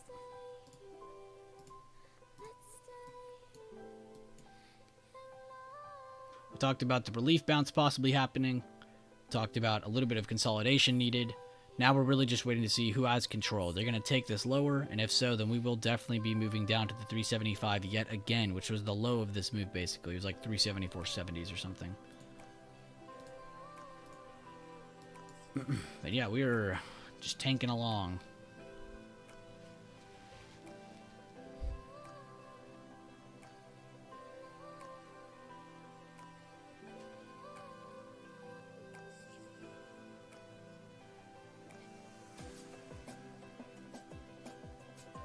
Alright guys, I'm getting too much stream problems here with the delay, and the YouTube end of it is kind of messing with it. I'm going to go ahead and end the stream here. If you guys can hear me, have a great rest of your day. We just broke down SPY and everything else that's left. I will see you guys later on. Have a great rest of your day, and feel free to join in on the Discord and type in and engage and interact with the community. I'll see you guys later on. Thank you guys for tuning in to the 103rd stream.